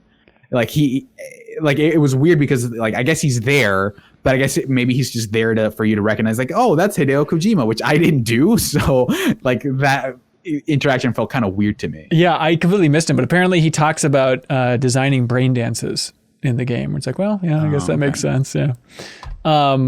Yep. And then, so the entire sequence in Konpeki Plaza, they really just let you right in there. Where it's like, oh, no, we're arms dealers. We got to bring in this giant killing machine. All right, right this way, madam. You're on the list. Hell of a year for spider bots between Watch Dogs Legion and this game. I was expecting to control that sucker more than just, all right. I thought it would be like, from that thing's point of view. It definitely felt like the tutorial heist.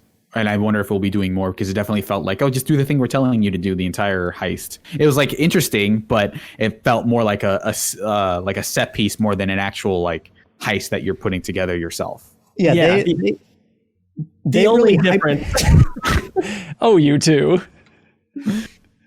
The only difference that I think I found like that you could possibly do in that whole path was like having a high enough intellect to have the Flathead just take out the runner by itself.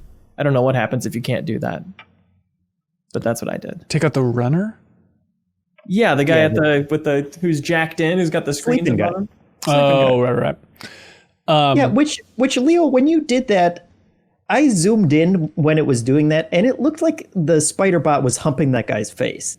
Like it just crawled right up onto his face and just planted itself there. Mm-hmm. Yeah, I think I know what you mean, Leo. I think it is a matter of like, oh, I'll do this myself. Like I don't need the character guiding me to tell me when to do it. I think you just kind of take care of it on your own.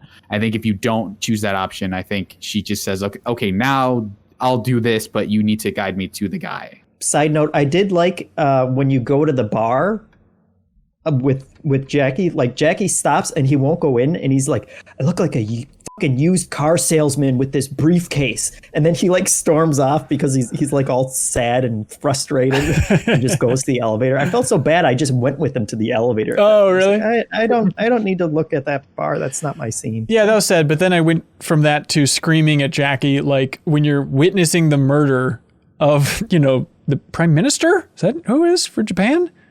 Well, he's like I think they call him the emperor. Emperor, yes, that's how they phrase it.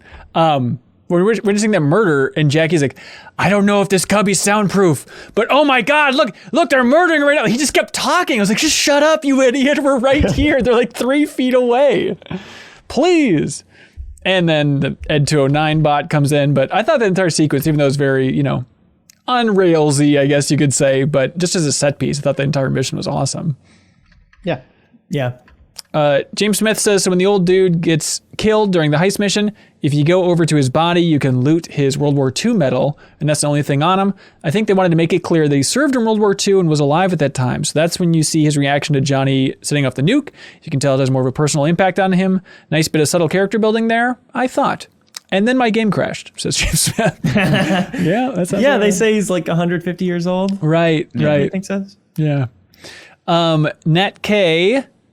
Oh, Jackie's death says, so I got misled after the 2019 story trailer at E3 where we saw Jackie's death. CD Projekt Red had said this was just one example of how the game can play out. They heavily implied Jackie could be saved. Knowing this and loving Jackie, I tried my hardest during the heist to play maximum stealth and keep him safe. But at the end of the mission, when we were asked to make a sprint into the Delamain taxi cab and a hail of bullets, it was like the premonition of 2019 was coming true, and the result was me being absolutely gutted about Jackie dying. I don't remember them showing that. I assume they did. Don't either. I remember something about like this is one of the ways the game can play out, but I don't remember it being tied specifically to Jackie's death. Okay. But maybe they're right. But yeah, it definitely. I tried to save Jackie, but it definitely felt like I don't think there was anything. I think all paths lead to Jackie dying because I don't think the game can really work without that, right? Yeah, absolutely. I had a weird thing where apparently right before like that cutscene started, I was encumbered. And so when I got out of the taxi after Jackie's death, I was walking so slow and I thought it was just like a moody, slow walk. I was like, oh, I see. I have to actually get rid of some things. I should be sprinting. Yeah, I picked up 400 guns along the way to this hotel. Yeah. I have Jackie's corpse. Yeah, I thought that was really cool. Like the gunshot, then the title screen there. I thought that was fantastic.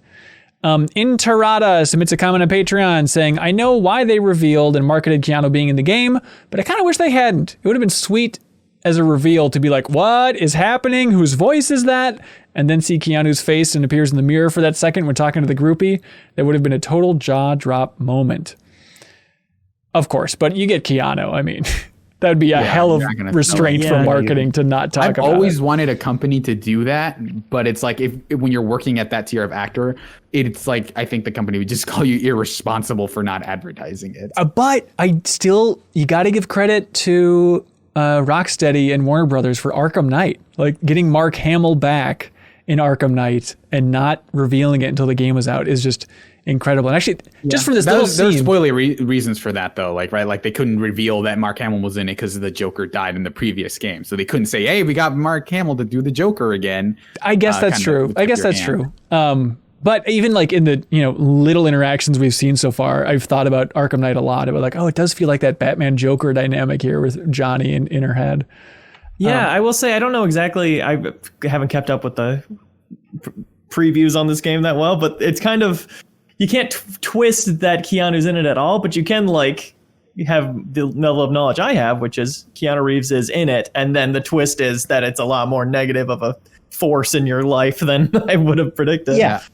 Also, it does feel like this is the way I think the story is going is that Johnny ends up being the main character, and you're kind of his you're kind of like the he is going to push you to basically do the rest of the game. Basically, it's going to be his plan or whatever. So it does seem like Keanu is going to be a pretty big part of the game from going forward. Do you think by the end of the game you will be on the same side as Johnny?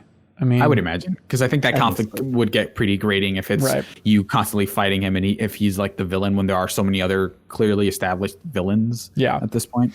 And the story has to move somewhere, so they start out on one extreme and probably move towards the other, but to the point that they're high-fiving each other. I'm confused about Keanu in your head, Johnny Silverhand. Like, he can interact with the physical world at times. He's not just a ghost. I want to know the rules of what's going on here. I think he's mostly a ghost. Controls your body, right? But he interacted with something on the floor of the apartment, I feel like. And he like slaps pills out of your hands, right? Yeah, that's what it was. Yeah. So that's just. But is he slapping the pills out of your hand, or is your hand moving because he's? You're right. So it's only the impacts of what he's doing. Yeah, that's probably a better way to look at it. So we're gonna have to like Sixth Sense style, like see, like does he actually touch anything in the environment that another character comments on versus just only interacting with you? Right. Also on the pills front, Interada also says the Omega blockers Misty gives you are blue and orange /red. Is this an obscure Matrix reference, or am I reading too much into it? I definitely. That's what I thought was going on at first. Yeah. It has it's to also be, weird. right? I think in that sequence, you get the blue bottle, but I think the pills inside it are red. Was I reading that correctly? Because that felt like a weird. You've just been watching. You've been watching too much Queen's Gambit. I think you're just confused about. No, because they like Misty gives you 2 jars of pills. One is red and one is blue, and the red is supposed to accelerate the thing. The other is supposed to slow it down. So when he knocks them out of your hand and the pills are red, I thought, oh, this is supposed to be the accelerant. But I think the bottle is blue, so you're trying to suppress it. So it was just like a weird mixed signals thing that I got. Yeah. Ronnie Barrier says, establishing characters through quick power trips is one of my favorite gaming conceits. Want to make Johnny Silverhand an interesting dude? Give him a pistol that blows everyone away in one shot. In all seriousness, Keanu Reeves' appeal for me is that he's a man with absolutely zero irony, so I'm excited to see how he does with that role. How does everyone feel about the small bit of performance we got from him so far? Yeah, I think this combined with where the story is headed, I think is I was maybe sitting at like kind of meh on the story front of like, okay, like this heist idea is pretty interesting, but I don't know that I'm not super crazy about about seeing it the end. I wasn't super compelled to keep going. Yeah. But I think once you get to the Johnny Silverhand stuff and you see how the story changes at the end of Act 1, I think I'm on board with it now in a way that I wasn't throughout most of like Act 1, I think. Absolutely. I'm totally with you where it's like, I'm enjoying this game, fine. And then here was like, okay, it's got its narrative hooks to me in a way that I did not see coming. Yeah, I was enjoying the world and exploring it, but not necessarily much of like the stories that I was getting. But now I'm kind of like, okay, I want to see where this is going. Yeah.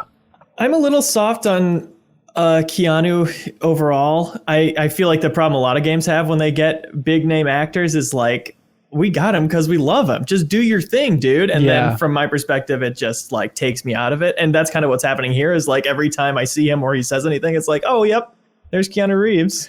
Famous celebrity. Yeah. Can you imagine anybody else doing that role?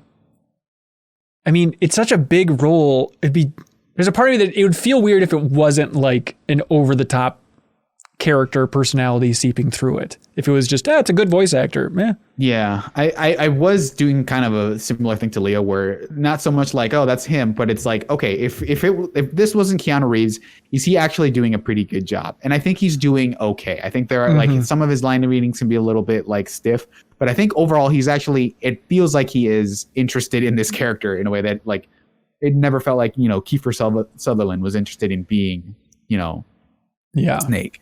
I thought Keanu pulled off the line about getting my southern blood pumping much better than Kiefer did as Snake. Yeah, that's true. And I think it's definitely like, I think another voice actor could definitely have made that line feel creepy instead of kind of flirty.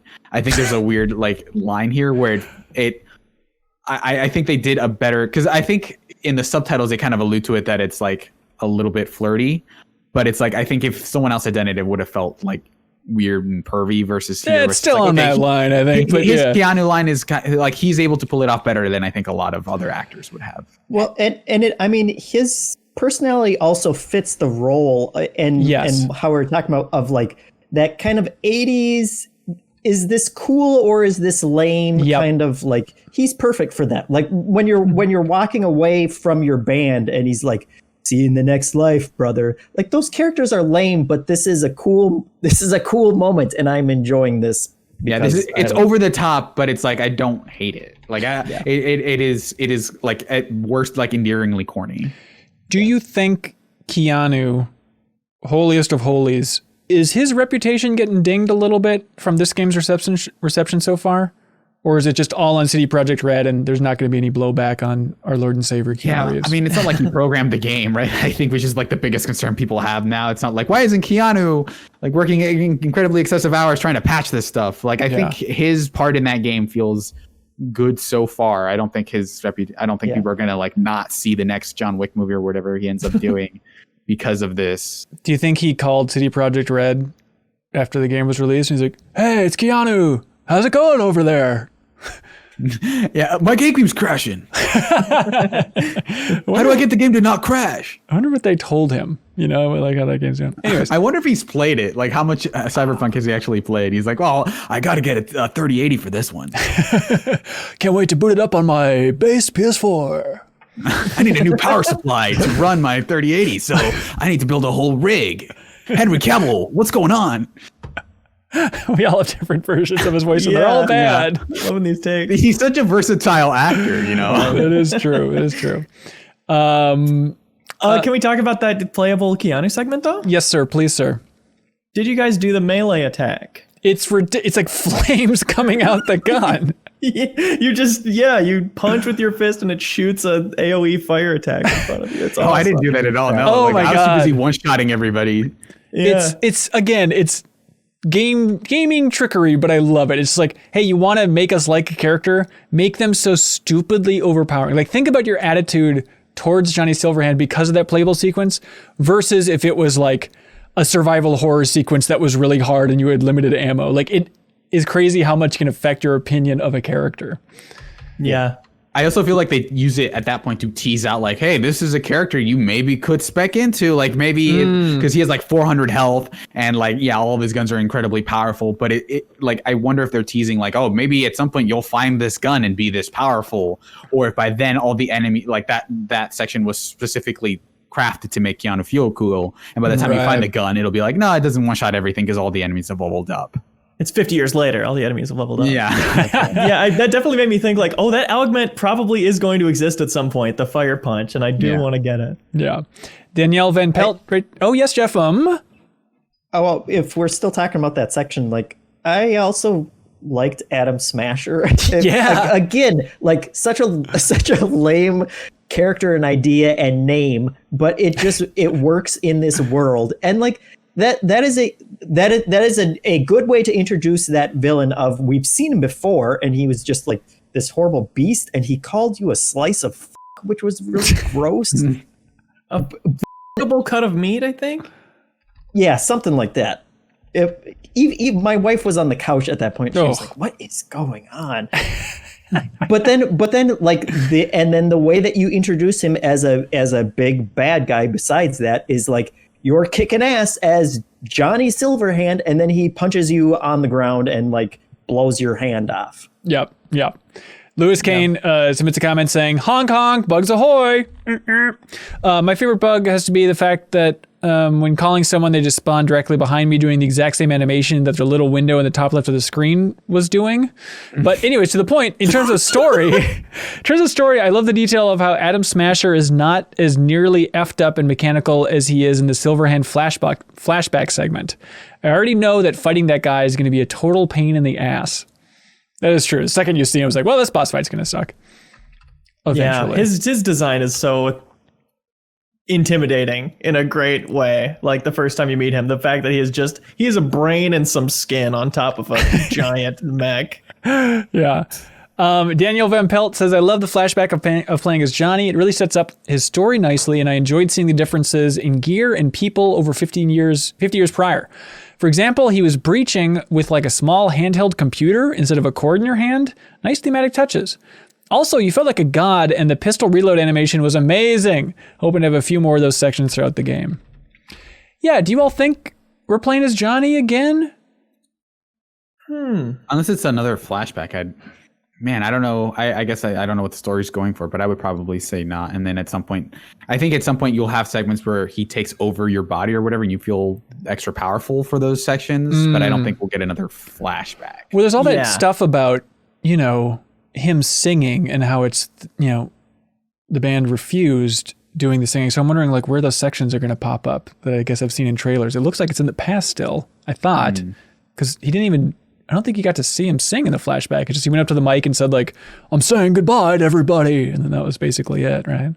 And he was Jimmy Stewart for a Oh, help me. Yeah, I mean, I hand. guess V does call out specifically like I'm having these crazy flashbacks of a different person in life. So I guess it would totally make sense if there are more of those, but I don't know what they would be fleshing out at that point because it feels like we got the big main point of who Johnny Silverhand is already. Got off stage and then nuked a city. I think we got. Well, I mean, and it's not like they closed that book pretty definitively of what he's been doing since that flashback. So it's not like they can say, oh yeah, and in 2050 he was like, no, he's in storage effectively. Yeah. Yeah, but 5 years before that, he put on this rock concert that was pretty cool. Coming soon to Disney Plus. We're fleshing out the backstory. Yeah, I did like that sequence where you're like working your way through that surreal environment and he's like warping around. Oh, he's just further away from you. And he's like, whoa, who are you? Patrick Henderson writes in and says, I was not expecting that intro. By the way, Leo, can you do a better Keanu? Oh, whoa. I love being in all these films. Thanks for joining us, Keanu Reeves. I'm glad you got to be on Discord. Patrick Henderson writes in and says, I was not expecting that intro to Johnny Silverhand. I thought Keanu would pop out and be all, wake up, samurai. I'm totally your bro, so let's go do bro things. Instead, we got, hey, loser, go give me cigarettes. No? Then shoot yourself. I'm looking forward to how this plays out. He just really wants cigarettes. Ghost cigarettes. I like that he hasn't sounded like a surfer for 20 years. Poor guy. Yeah. Joe Kapczynski says, one of my favorite tropes in fiction is when they introduce the local badass who everyone respects, only to have the real badass show up and show them just what a small pond they've been playing in the whole time. Cyberpunk nails that twice within about 2 minutes. First with Takagawa taking down Dex, then with Arasaka turning on Takagawa. Am I misremember? Did that happen? Am I nuts? Yeah, because in that montage after the Johnny Silverhand section, it's like implied that Takagawa is with Arasaka and he's kind of like, okay, Dex, I'm gonna like Dex and Arasaka are working together to find you, even though he just shot you in the face or whatever. I'm not entirely sure what the lead up to that was. But then Takagawa shoots Dex, and then by the end of it, you're fighting like that highway chase sequence is Arasaka guys fighting Takagawa. Arasaka hired Maelstrom to Terminator under your hood. I think so, but okay. So I'm not I think they're gonna kind of get into that a little bit, but it does feel like Takagawa's kind of out on his own at this point. That's the inkling that I got. Yeah, I assumed he was already apart from Arasaka, but I could be wrong. Okay. Yeah, he seems interesting. I'm curious to see where his character goes here. By the way, just because I've been thinking a lot about Perfect Dark for the last week, in that flashback, that mission is so similar to the first mission from Perfect Dark with Keanu, where you're going onto the rooftop, like you're flying through the city, landing on the rooftop, going in, infiltrating, going down the stairs. And the crazy thing is it also takes place in 2023, which is when Perfect Dark takes place. I'm sure coincidence, but a part of me is like, do you think this is Perfect Dark homage? Wouldn't that be cool? Anyways, Joshua Stidger. I'm sure that's what they were thinking when they sat down to create this important. They were like, let's go Perfect Dark. It's the same year. It is weird that that's 2 years from now or 3 years from now. Yeah, I can't wait. Joshua Stidger says, I'm going to go on that roof and I'm going to go down the stairs myself. Anyways, Joshua Stidger keeps writing in saying, so there I was in a conversation with the Ripper Doc after being taken back from the dump and fought through the motorcycle hooligans when the biggest trap yet was waiting to be sprung on V. One of the conversation choices was, so what, am I Frankenstein now? And I knew if I chose that dialogue choice, Victor would have sneered in contempt as he slid his glasses up his nerd nose and said, actually, Frankenstein was the doctor, not the monster bee. So, of course, I chose the other option, not wanting to give this guy what he craved to humiliate V, which he was already down and out. But now I must know, did anyone choose that choice? And if so, were my fears realized, or did I just nerd myself out in thinking that the game was going so far for such low-hanging fruit? I didn't pick it. Great question. No, I didn't pick it. I think, I didn't pick it. I don't remember what I picked, but V said, so you're a doctor, Victor, and I'm your monster? Perfect. I wrote that down as a line of dialogue, but I don't know if... So I guess not then, right? I guess not then, yeah. It should, well, none of us have 50 intelligence, at which point it might say, so what am I, Frankenstein's monster? That's a possible dialogue option. Perfect. How long was Victor working on you? Where he had time to like make a cute necklace out of the bullet that was in your skull? He's like, don't you have other things to do than give me the bullet that was lodged in my skull? Also, him and Misty understand exactly what's going on with you. Is this a thing that's happened before? The melding of personalities like that? I can't imagine. Maybe they just had so much time to research it. They were looking through their own Cyberpunk Codex files to try and figure out what the hell's going on. But yeah, they're definitely experts in explaining like, oh no, this is killing you. It's like a tumor. It's going to eat your brain. You have a couple weeks left. Maybe it has happened, but it seems unlikely. Surreal lore expert, got anything for us?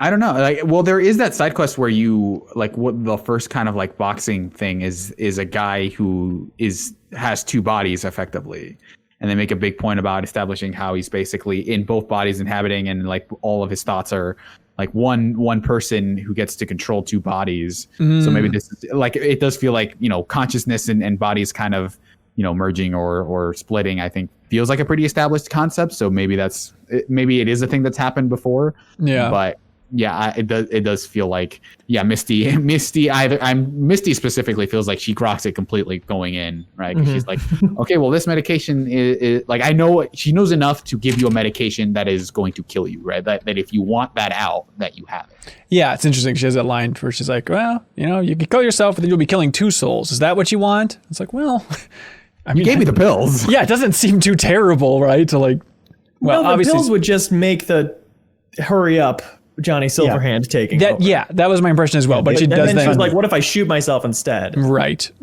Yeah. And especially when one of the souls is a terrorist. Exactly. It's like you couldn't live with that on your conscience. He's anti-corporate, so maybe Misty's like totally vibing with that. She's like, that guy is pretty cool, actually. Yeah. I'm vibing. You can tell we're really steeped in sci-fi lingo and this unique terminology. Although we haven't called each other, what's the word? Oh crap, I didn't write it down. Cyber cows. No, we didn't. Chooms. Yes, we didn't use that yet. But I like that Surreal and I have both used grok, I think, for the first time ever in a podcast. I think I just used it because you used it. I know. Like, now that's a pretty good term to use, but like, you guys are all on fleek in my book. Thanks, ma'am. Or, I don't know. I don't know what that means. Hey, what does simp mean? Are you seriously asking that question? That's like its own podcast. What is that? I don't think we can get into that here. Do I need Anna here? If you simp for something, you're a stan. I think. Why not just use stan then? It's much better, right? Well, if you're standing, you're not always a simp. How so? It's a square and rectangle situation. Yeah. Oh, okay. God, you guys are cool. Speaking of cool, Johnny Silverhand, ladies and gentlemen, I liked just a little bit of lore, and I'm curious if they're going to expand on it in a big way, but I like that there's a line where Johnny Silverhand's like, okay, so I'm just a copy of the real Johnny Silverhand, so I know the real Johnny is still out there, which I love. Like, this world is so tech infused that even though he probably is convinced that he's the real Johnny, he's still self-aware enough to be like, okay, technically my consciousness could be a copy. I think that's a cool amount of tech humility in this world. Speaking of tech humility, CD Projekt Red released a real stinker, according to these comments. Chris Hodge submitted a comment and said, it was way too buggy and immersion breaking for me, especially with NPCs teleporting and whatnot, and I just got a full refund for it. Pulled the trigger.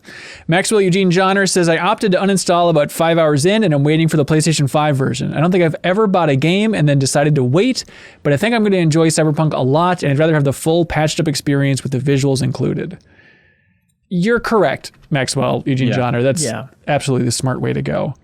I definitely feels, I think if I wasn't doing this, for this podcast effect, I think I would wait. I don't know that I would necessarily refund it, like, cause I full disclosure, we got a code for it. But if I wasn't doing this for work, I think I would probably wait for the PC version to get patched to a point where I was given the all clear. And I think it is kind of, messed up that they released the last gen versions and like a game that can't really run on those consoles from everything that I've seen. Yeah. If my experience, I like this game a lot. If I had gotten it on a base console, I would be so angry. Absolutely. Yeah. It's unforgivable. I mean, the fact that they teased this game in 2013 and then throughout the entire run have been messaging it like, hey, it's on those consoles, and then have not revealed it. And they're in a tough spot. Obviously, they want to reveal the best looking version of their game. All the builds that we saw at E3 and stuff was from a high-end PC. And I guess, is that just on the press? Like, I feel like on the Game Informer show and the MinnMax show, we mentioned it a lot that like, please don't expect this to look like this on the consoles. But Leo, where's that divide of responsibility? How much is on us versus on them for just communicating, don't expect this? Plenty of outlets, I think, requested those console codes. Right, that's true. But it's the fact that they only shipped out the PC ones because that's their, main platform. I think they were in a tough spot, certainly. Like, do we delay certain versions of the game? But they had to do something different than what they did, which was release it unplayable. And that term gets thrown around a lot, but literally unplayable version. Yeah, and I think there's like some news coming out recently that when it came to certifying the game for release on consoles, I think they kind of backdoor dealed it a little bit, where they're like, no, we promise to fix these these very glaring issues by launch. And I think the console manufacturers just like, oh, okay, I guess. And then they ended up not being able to fix them. So it does feel like that, to me, feels the closest to like just outright being deceptive. Absolutely. It's that the company has gone to. It's incredibly shitty. And they had that message basically apologizing for the state of the game, saying they're working on it.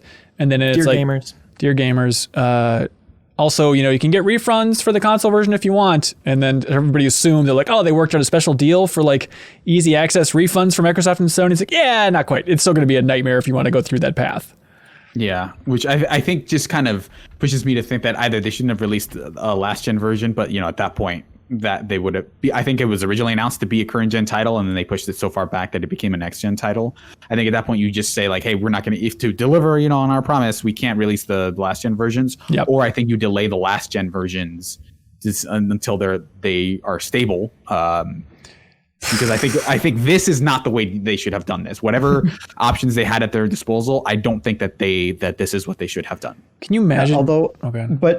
To be fair, when you're already getting death threats for the last delay that you made, like, could they have delayed it again? Yeah, absolutely. They did delay it again, but why did they think a month would be enough, I guess? Yeah. Just it had already gone gold before they delayed it. They couldn't delay it. And they messaged and I think they had a earnings call, some sort of call, but they mentioned that like, oh, the release date, that was all on us. Like there was just the normal amount of pressure is the way they phrased it to release at this time, but it's not like it was make or break for releasing right now. And clearly they shouldn't. The discussion is obviously like, hey, we're sick of these games basically being in early access when you call it 1.0, which it does certainly feel that way. And I'm sorry for everybody that's playing on an old console. And I think, like market considerations aside, considering like how much of the player base for this game is on PC and how much I think a lot of people, even the people who might have bought it on console, kind of sort of see this as like, okay, this is a PC game that they're also releasing on console. Yeah. I don't think it would have been unheard of, especially given their track record with like The Witcher,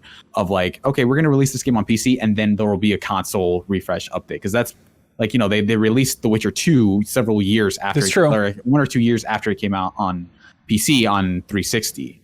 And so I think that's maybe the best route, even though that would have meant someone like Vala wouldn't have been able to play it. I think that is, if you're trying to put a lid on like people hating your company in a lot of ways, I think that might have been the smartest approach. It's so crazy. A couple things crazy. First of all, there's a lot of things crazy. First of all, though, just the idea that the biggest game of the year is releasing the same time as the new consoles, but they aren't lined up perfectly. Like, how often does that happen? I'm just like, no, these are two completely separate trains of excitement here. And then just the other thing about just the rise and fall of companies within the game industry. It is just constantly fascinating how companies can go from do no wrong, champion of the people, these people understand gamers, and then it just flips on a dime and now it's you. I mean, you've seen it with Bethesda. I mean, it's just so fascinating to track the rise and fall of everybody's favorite teams here. Yeah, I mean, balls.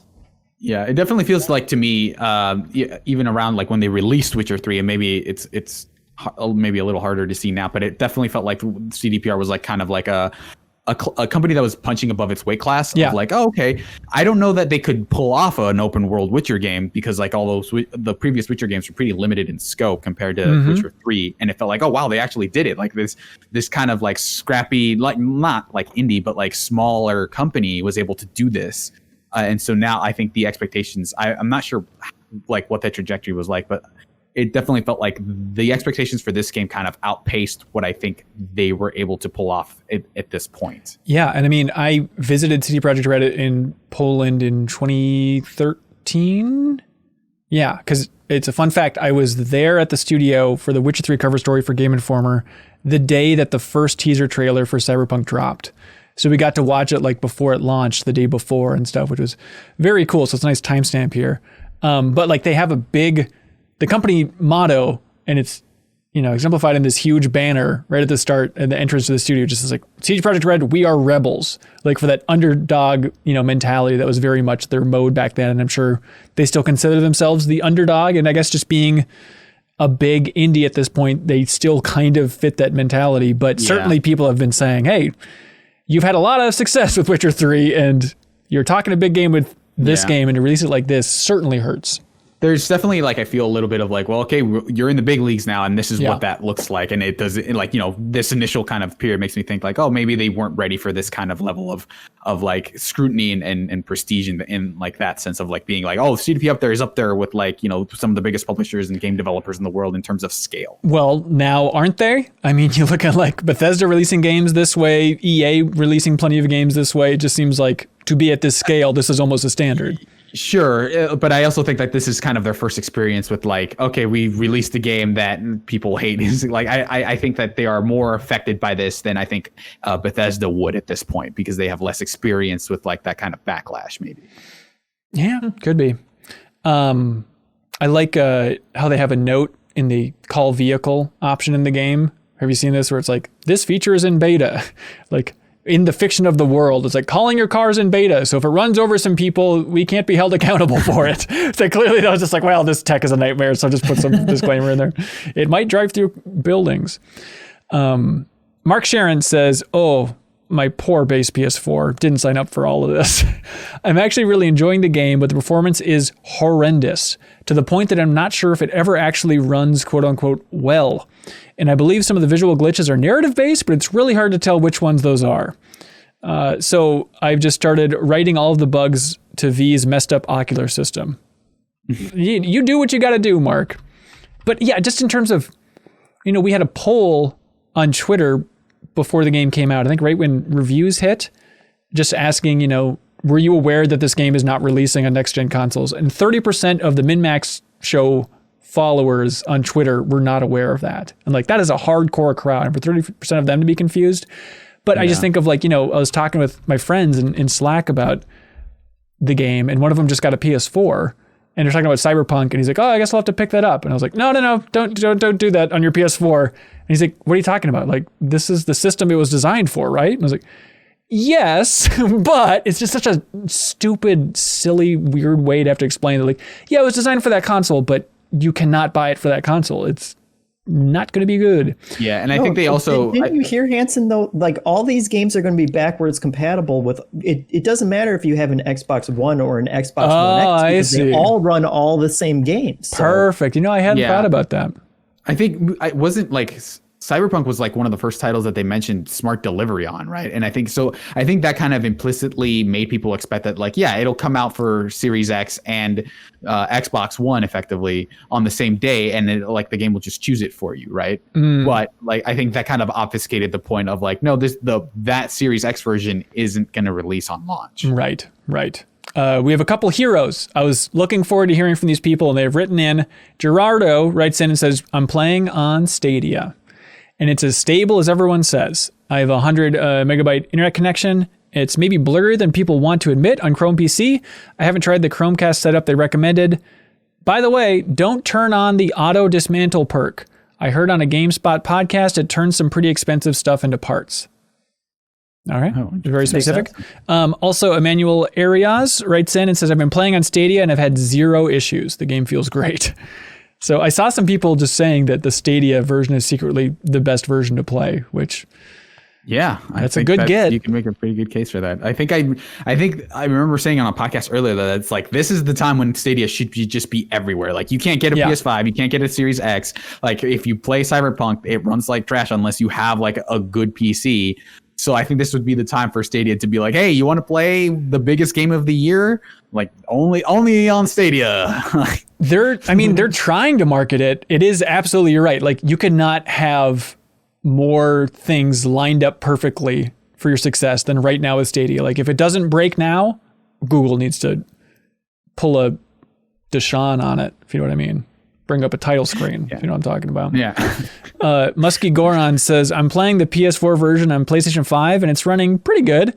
I had one crash and some visual bugs and they picked up in frequency as I played. Remember when Miles Morales turned into a brick? Yeah, that was fun. Well, for me, the biochip in Jackie's head turned into a pistol and it was promptly taken out and inserted into my head. Despite the annoying... That's called foreshadowing. Chekhov's head pistol. Despite the annoyance of bugs, I was laughing out loud as the sequence was supposed to be serious. I do sympathize with those who are seeing a much worse version of the game.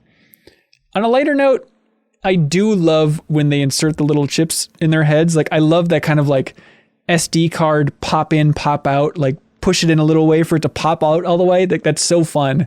I want that in my skull. Please. John Ford says the buggiest part of the game for me so far has been the wardrobe. Selecting and deselecting the wardrobe items shows graphically really inconsistently. So far, I've seen my character show up as everything from having to deselect and reselect a clothing item to make it switch from the previous one to a straight up Ken doll poo bearing around the city. Well, that's beautiful. Well, and also like half the time when I will switch an article of clothing, it just strips V completely naked first. And there's like a 1 or 2 seconds of just full frontal nudity before it puts on the next clothes. I'm sorry, do you magically switch clothes without having to be naked in the Yeah, I just did a weird thing where like I checked out the first mirror, like, oh, I can't wait to see V in the mirror. And then turn the mirror on and get ready to do my scowl face or whatever. And she's just like bald all of a sudden without a hat. I was like, what is happening? I was looking forward to seeing my cool, unique character. This is a thumbnail opportunity and nothing. Yeah, the first time I looked in that mirror, she just wasn't wearing pants. Even though my character had pants on, but hey, look, we've all had those mornings. Yeah. Max Tyler's sworn I had pants on. Max Tyler says, Dum Dum is following me everywhere, but it's okay because he's all right in a gunfight. I assume that's like a glitch and not just the specific thing. Like he's still following her? I don't know. Write in, Max Tyler. Let us know. That would be super funny. Yeah, send us a screenshot. Marcus Alt writes in and says, what really stands out to me is how empty the city feels when I drive around. I can go 3 or 4 blocks without seeing another vehicle on the road. It's unsettling. I don't expect the traffic to be bumper to bumper everywhere, but even compared to GTA 4 on the PS3, the streets feel barren. And then another robot responded to that on Patreon and said, a Digital Foundry video acknowledges if you're playing on PlayStation 4, the crowd density is lighter. And so there's not as many cars on the road. I saw a Twitter thread. I don't remember who it was, but like that mentioned that I think that there's some trickery going on where like the traffic system is kind of cheating a little bit in that like if there are any clogs and like in the traffic where the AI kind of just can't figure out how to maneuver, the second you look away, it'll just disappear a bunch of cars. And then that'll keep traffic going. And I think that the same can sometimes happen with like whenever like AI walking around kind of start colliding with each other. So it just kind of says like, oh, if you can't see them, we'll just disappear them immediately when that happens. Yeah, very strange. Chuck Emmett wants to know, where it says, what's said about this game is that it clearly needed more time in the oven. Absolutely. One thing in particular it has me sold on is ray tracing. I was lucky enough to get a 3080. Quit bragging. And a 1440p with the full ray tracing and DLSS. What is that? Deep learning super sampling. There we go. At quality, the game looks simply astonishing. The world feels much more alive and real with ray tracing on. And it's really the first game I've ever seen that convinced me that ray tracing is going to be a big part of games moving forward and deserves to be appreciated. That's cool. I've tried turning it on and then it's just a little bit too chuggy for me. So I always just go back to... Yeah, I'll be getting a 3080 thanks to MinnMax community member actually, Thomas Hoffer, I think his name was, that actually was able to work. I was able to work with him to get a 3080, so I'll be able to get one tomorrow, but I haven't I installed it. So I'm looking forward to actually like installing one and getting it to work. What kind of hookup do you have? Why aren't Leo and I getting that sweet hookup? They texted me. What? Okay, they said, hey. You don't even stream from your computers. That's not fair. God damn. Thomas Hoster, you say? Hoffer, I think. There's a Hoster. I want to give him full credit, so I'm actually going to look this up. Thomas Hoster. Okay, big Host man. Hey, Hoster, hook us up, bro. Get us those t-shirts.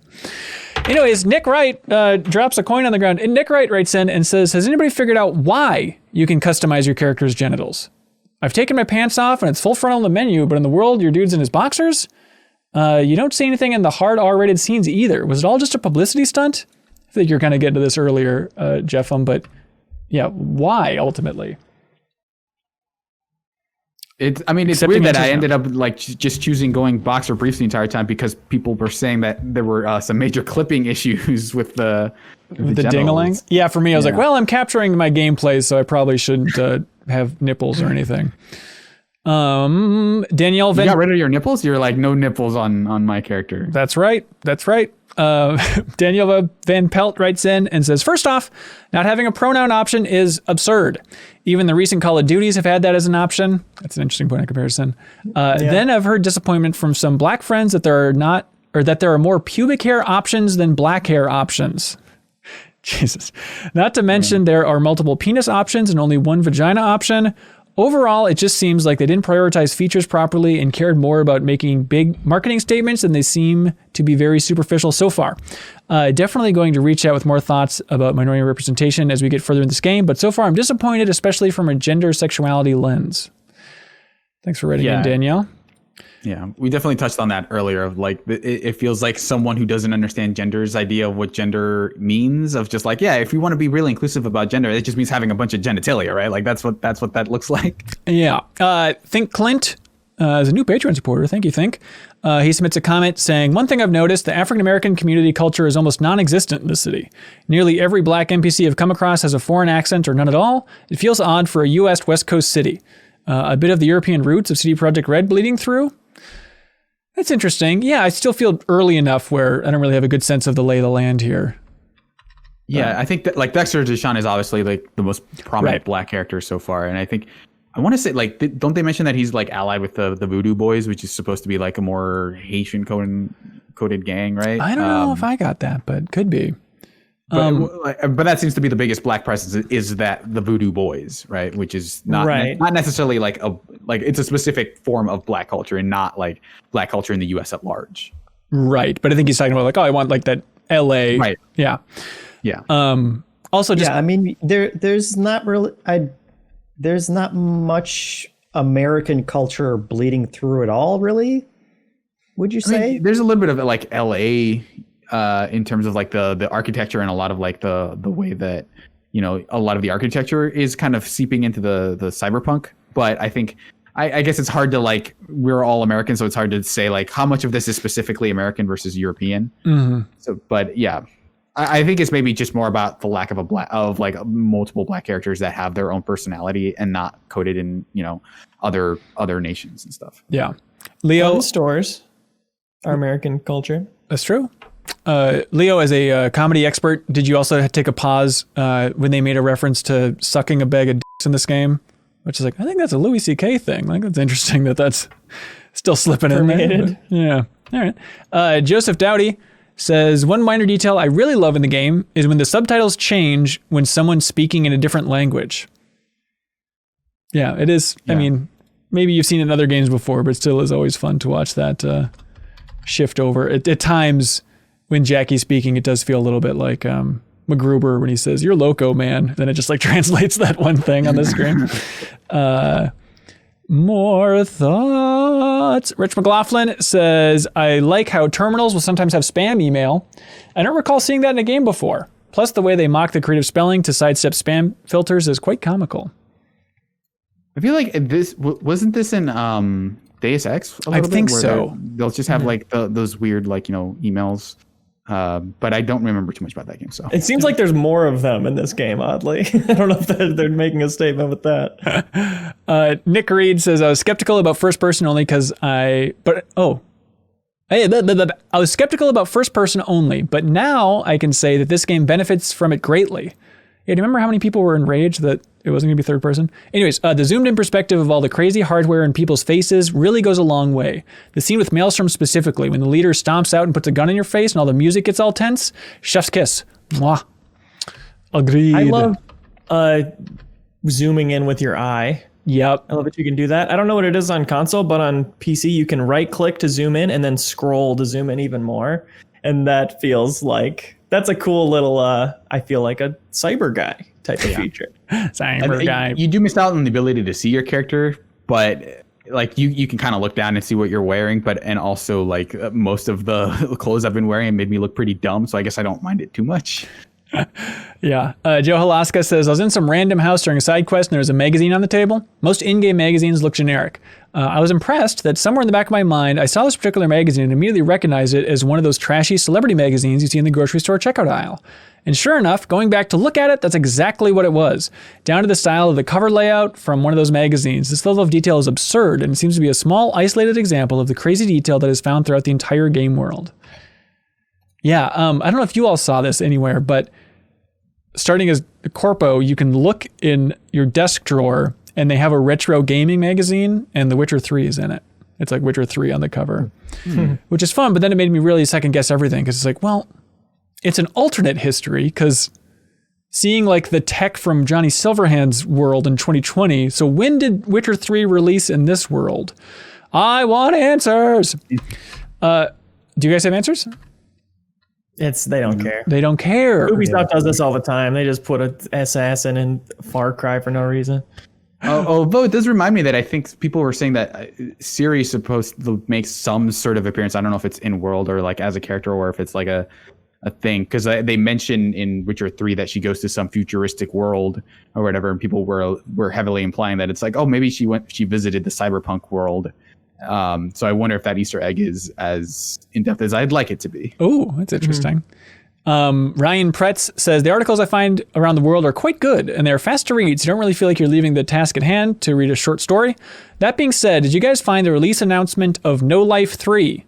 A nod to Half-Life 3.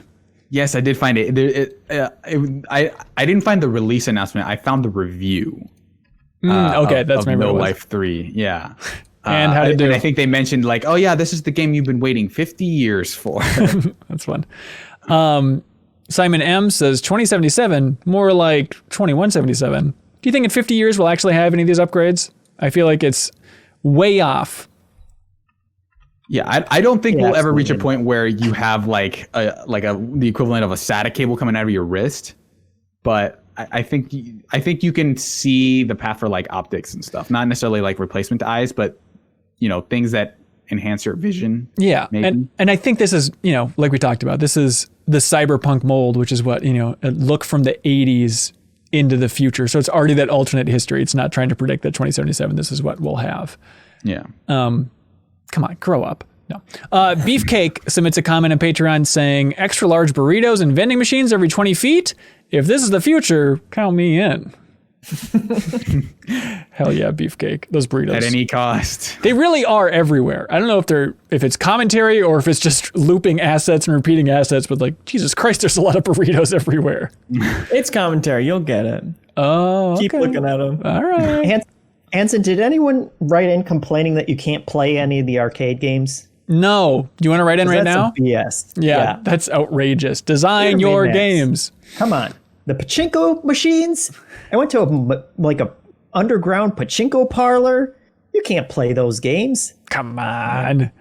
Chris Couldn't Culkin. figure that out? It's a bouncing ball. Chris Culkin says, hey, Cyberpunks, how about them pop turds, huh? I guess they're called pop turds in this game. What are those? I assume they're like a worse version of toaster strudels, or in this game, I guess it'd be like toaster turtles. I don't know. Neil Smith says, I figured out early on at level 2 that the sodas you can buy from the $10 Eddie vending machines dismantle for common and uncommon materials worth $54. You can then reset the vending machines by quick saving and loading, effectively printing infinite materials.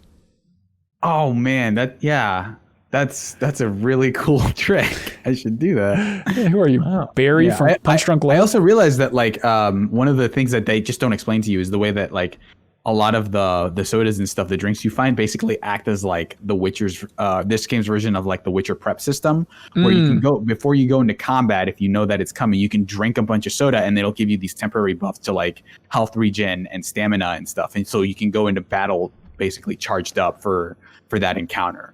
Oh, cool. Right on. I was going to ask if anyone has used any of those consumables because I have like 1,000 of them, and it's to the point where it would be a hassle just to scroll over every one. Like at one point I was out of the RAM when I was trying to hack stuff, and I was like, well, maybe like one of the consumables I've got would replenish that.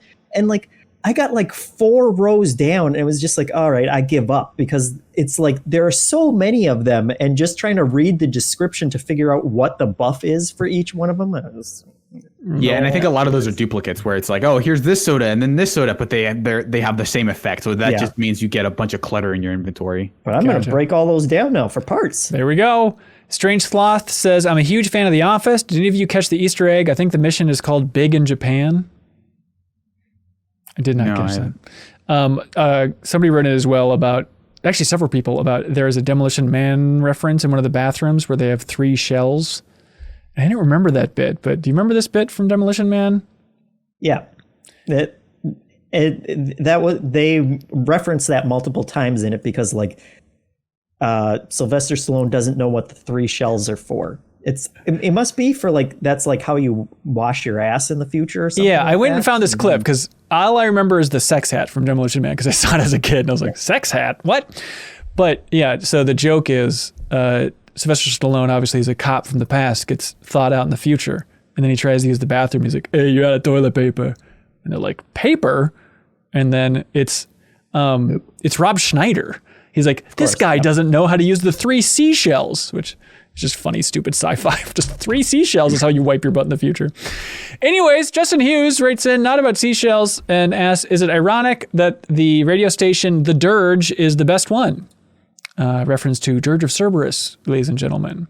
I don't know which one it is. I have it just on like the rap station, and I've been enjoying it so far. The use of like future music, I guess it's in like the corpo beginning, but you're in a bar and they have this song that's just like the way of the future, the way of the future. That's intergalactic, so not exactly. But it's just like repeating this one phrase over and over and over again. And it like, I think it works for just, this sounds unnerving. It doesn't sound like how modern music sounds, but I guess it's believable as just something so abstract that I couldn't imagine right now this actually being music. But yeah, which one of my like personal favorite moments is that like when you're entering the city as a nomad, they just straight up play a new Run the Jewels song. Oh, really? Before, which is really cool. Which is, by the way, like, big year for Run the Jewels because they've been in multiple games this year from off their like their latest album, and I think this is the only one where I think they just straight up premiered a song in the game. Oh, that's interesting, huh? Derek Wagner really likes the music in the game overall, and the radio stations, and Hyperlight Blossom loves the radio stations. He says, I'm surprised there's so many stations of subgenres of electronic music. Pacific Dreams, Chillwave, Night FM, Techno and Dubstep. Radio Vexelstorm is industrial. Samaz.radio is ambient. Radio Pebekak is Eurodance. The detail really replicates an authentic music scene in the world of cyberpunk. I just wish there were more stations for other genres of music. Sorry, only electronic in this world. It's the future. It's the future. Matthew Wokst says, forget the bugs and glitches. The most unbelievable part of the game for me is V doesn't know how to use a bed. Who the hell sleeps perpendicular and on top of the covers? She is a frickin' maniac. Look, we've all had those nights. Okay. if it was like a queen size bed or something where you could like kind of fit, but like half her body is hanging off that bed when she lays down. Toby Martin also wrote in outraged about like, why isn't V using the pillow? I need answers. Yeah, I feel like beds are like one of those technical achievements I think one game this gen might pull off well, but I think otherwise they're just like one of those things that it's just not worth it to fully render a bed like any kind of sheet so everyone just lays on top of everything. Yeah. It's going to be a Naughty Dog thing where they spend a year on just that and then everybody's like, I could not believe the blanket. Someone actually getting in a bed and pulling up the covers over themselves. Oh, my skin's crawling. It's impossible. Shazira writes in and says, I'm finding this to be an okay to good game, but I think it may have lost its way in pursuing and finding Cyberpunk. The further I progress, the more it feels like flashy table dressing built to compensate for otherwise average under-the-hood elements, both mechanically and narratively. Outside of Johnny, the garish clothing, and a mostly implied dystopia, how much Cyberpunk are you folks finding in this game? I'm really hoping it quote-unquote gets there for Acts 2 and 3. Yeah, like it's hard to know like how quote unquote cyberpunk it is because I think there are kind of multiple visions of it because there's like, you know, the William Gibson version, there's like the Cyberpunk 2020 version, and there's like is the Matrix cyberpunk in some sense, right? Yeah. Like Final Fantasy 7. Exactly. Like what is your point of reference for cyberpunk? I think is going to inform how much you like this game. Yeah. And I think like to me, I think probably the biggest one that I have is Blade Runner.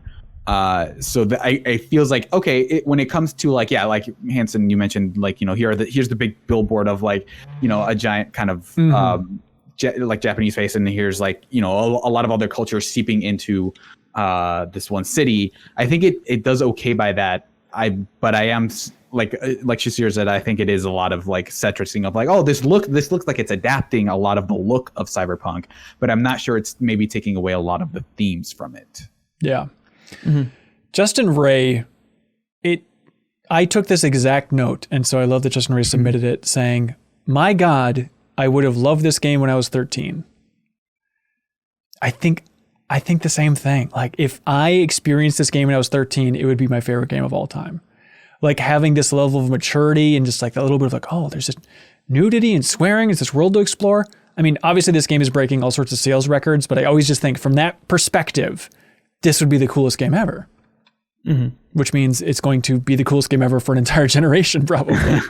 Yeah, I could see this being a lot of like the way people, revere Halo 1 because it was like their first, big first-person shooter, and they're like, oh, this came at the right moment, and so like it is a game I revere. I can see this being that for a lot of people. Yeah. Nick Rothy says he loves the game so far because it reminds him of Fifth Element. Oh, there we go. Imran Khan, friend of the show. Hello, Imran. Can you hear us, Imran? Tell us if you can hear us. Jerry. I think your Keanu impression is getting worse as time goes on. I know, Kung Fu. Anyways, Imran says, I get the same feeling playing Cyberpunk that I used to get playing E3 demos. It's not the bugs, well, not entirely, but more the fact that something about this game's circle doesn't feel entirely closed. Like there's an idea that didn't quite get far enough in development that makes the whole thing cohesive. It's a really interesting take. I'm curious if, I feel like I don't know yet. I don't know if it's not square in that circle, however you want to phrase it, if it's not a full system, but I certainly get that feeling. I feel like the best example I can come up with is South Park Stick of Truth, where it just feels like I like this game, but it certainly feels like it's a lot of frayed ends of design here. Part of me wonders if this episode of The Deepest Dive will be the hottest I ever am on it, because I feel like it's like I'm just getting into the potential of it and so much is exciting about it. And then it's like, from what I've heard from other people, maybe those systems won't stick the landing and continue to be interesting for me. Yeah. I think there's, to me, a lot of where I'm willing to give it the benefit of a doubt because I'm hoping that a lot of the systems get a little bit more elaborate, that they do deepen versus like, okay, there's a lot to sink in, but once you understand all the systems, they all feel pretty shallow. Yeah. And so there isn't this kind of cohesive, like, okay, here's the loop, right? But at this point, like was so eager to record this episode so I could go play more of it. I'm going to boot it up first thing after this is done. Oh, that's awesome. Please wait though, Leo. Please wait though until we're done. Please. He's playing it right now. Come on, man. Juan Cabrera writes in and says, I won't lie. I bought into the hype. I was convinced this game would sit atop after CD Projekt Red's The Witcher 3. Game's good. Nothing special, but good. I should have tempered my expectations, especially since I never even liked The Witcher 3. I think I'm part of the problem.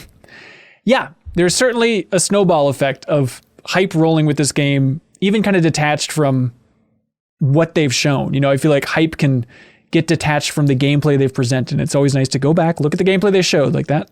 That was what they were targeting. And even now it's different from what they were showing back then. Anyways, Connor Carlson writes in and says, I think CD Projekt Red is very good at making games that end up being great by the time you finish them. If you finish them.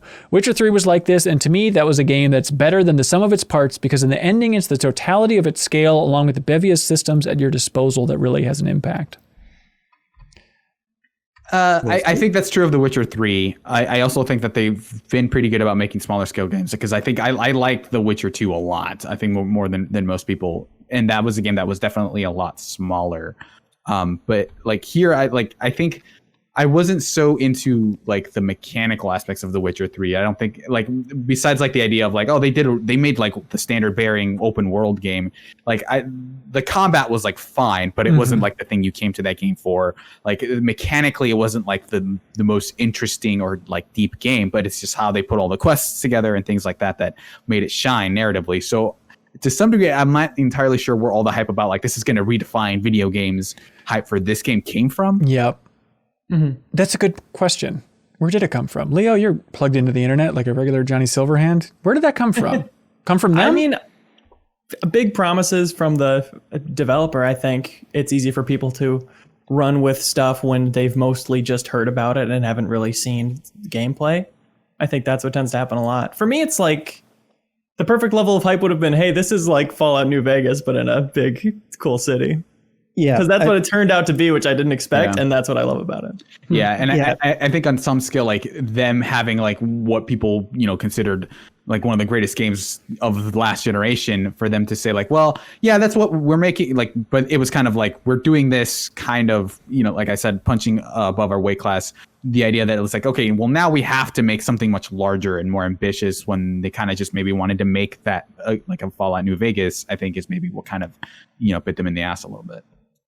Yeah, I think it is that combination of, well, they made what is considered by a lot of people one of the best RPGs ever, and it was really big too, and now they're making an open world city sci-fi game. And like that open world city sci-fi game has such potential built into it and such excitement from a lot of people, because we don't have a lot of those games. Yeah. That I think when you say, oh, well, the best RPG maker is making this game now, that's going to be just absolutely amazing. And then they, their marketing and the demos that they did show just kind of cut out any flaws or bugs that, are going to crop up in this kind of game. And so I think that created an unreasonable expectation that people had. Yeah. Jonathan Din kind of plays off that and says, I'm playing on PC, so performance is a lot better than expected, but the whole apology and the embargo nonsense really leaves a bad taste in my mouth, and I'm not sure CD Projekt Red has my faith after I finish this game. Yeah. They're definitely in a ditch, and they'll have to dig their way out for a long time. I mean, we're going to be seeing big flashes of patches for this game probably for the next year, and we're gonna have a whole second wave when the new gen version comes out as well. So yeah, but to that, I think they do have a pretty good track record ahead of this of like supporting their games pretty generously.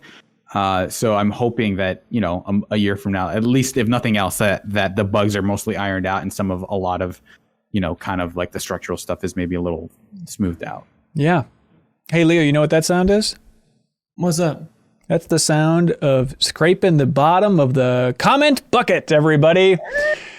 Thank you, everybody, for submitting a wonderful comment on Patreon. The next discussion for the Deepest Dive, we are covering all of the side quests in Act 2. I know it seems... Act 1, like up through Act 2, because we didn't really talk about them here very much. You're right, yeah. So all the side quests will be the next discussion. And so that is going to be airing on December 30th. So you have 2 weeks to get through this game. This is by far the big chunk of the game. So really soak it all in. Ignore the critical path if you want. That episode is going to be the third episode of The Deepest Dive. That's going to be airing on January 14th. And then on January 20th, we'll have everything else in the game. So you have 2 weeks before the next episode, and we would love to read your comment talking about what you think about the next chunk of the game. So if you support us on Patreon at any tier, you can submit a comment and we'll read it on the show. Also, if you just want to support the Game Club discussion format moving forward, we'd appreciate your support. We look forward to doing even more in the new year, and we love feedback on what you'd like us to cover for the deepest dive. But hopefully you enjoyed this conversation. And if I may, I would love more feedback from people with trans perspectives and have a better idea of how to speak about the way this game handles gender, because I feel like that's definitely such a big talking point around this game, and certainly the area that like us four are weakest in. So I would really love to have more input on that. That would help make this a well-rounded discussion of the game. Yeah, great insight for sure. Great. Thank you so much, everybody. Thank you for being on this panel. Wonderful folks. Anything else you'd like to say or plug? Merry Christmas. Oh, Merry Punk Christmas, everybody. I hope they have Keanu Reeves just keep, like, the impression just gets worse every time you do it. All right, we'll be back in 2 weeks for the second chapter of The Deepest Dive with Cyberpunk 2077. Thank you so much, everybody. Be good, have fun, let's go. MinnMax is a Patreon about games, friends, and getting better. The Deepest Dive is the best, most thorough discussions about games on the internet. Prove us wrong, please. The MinnMax Show podcast airs every Thursday. Patreon supporters vote on what we stream every single week, and a whole lot more. Give us a shot, try subscribing to the YouTube channel, and we hope we can win you over.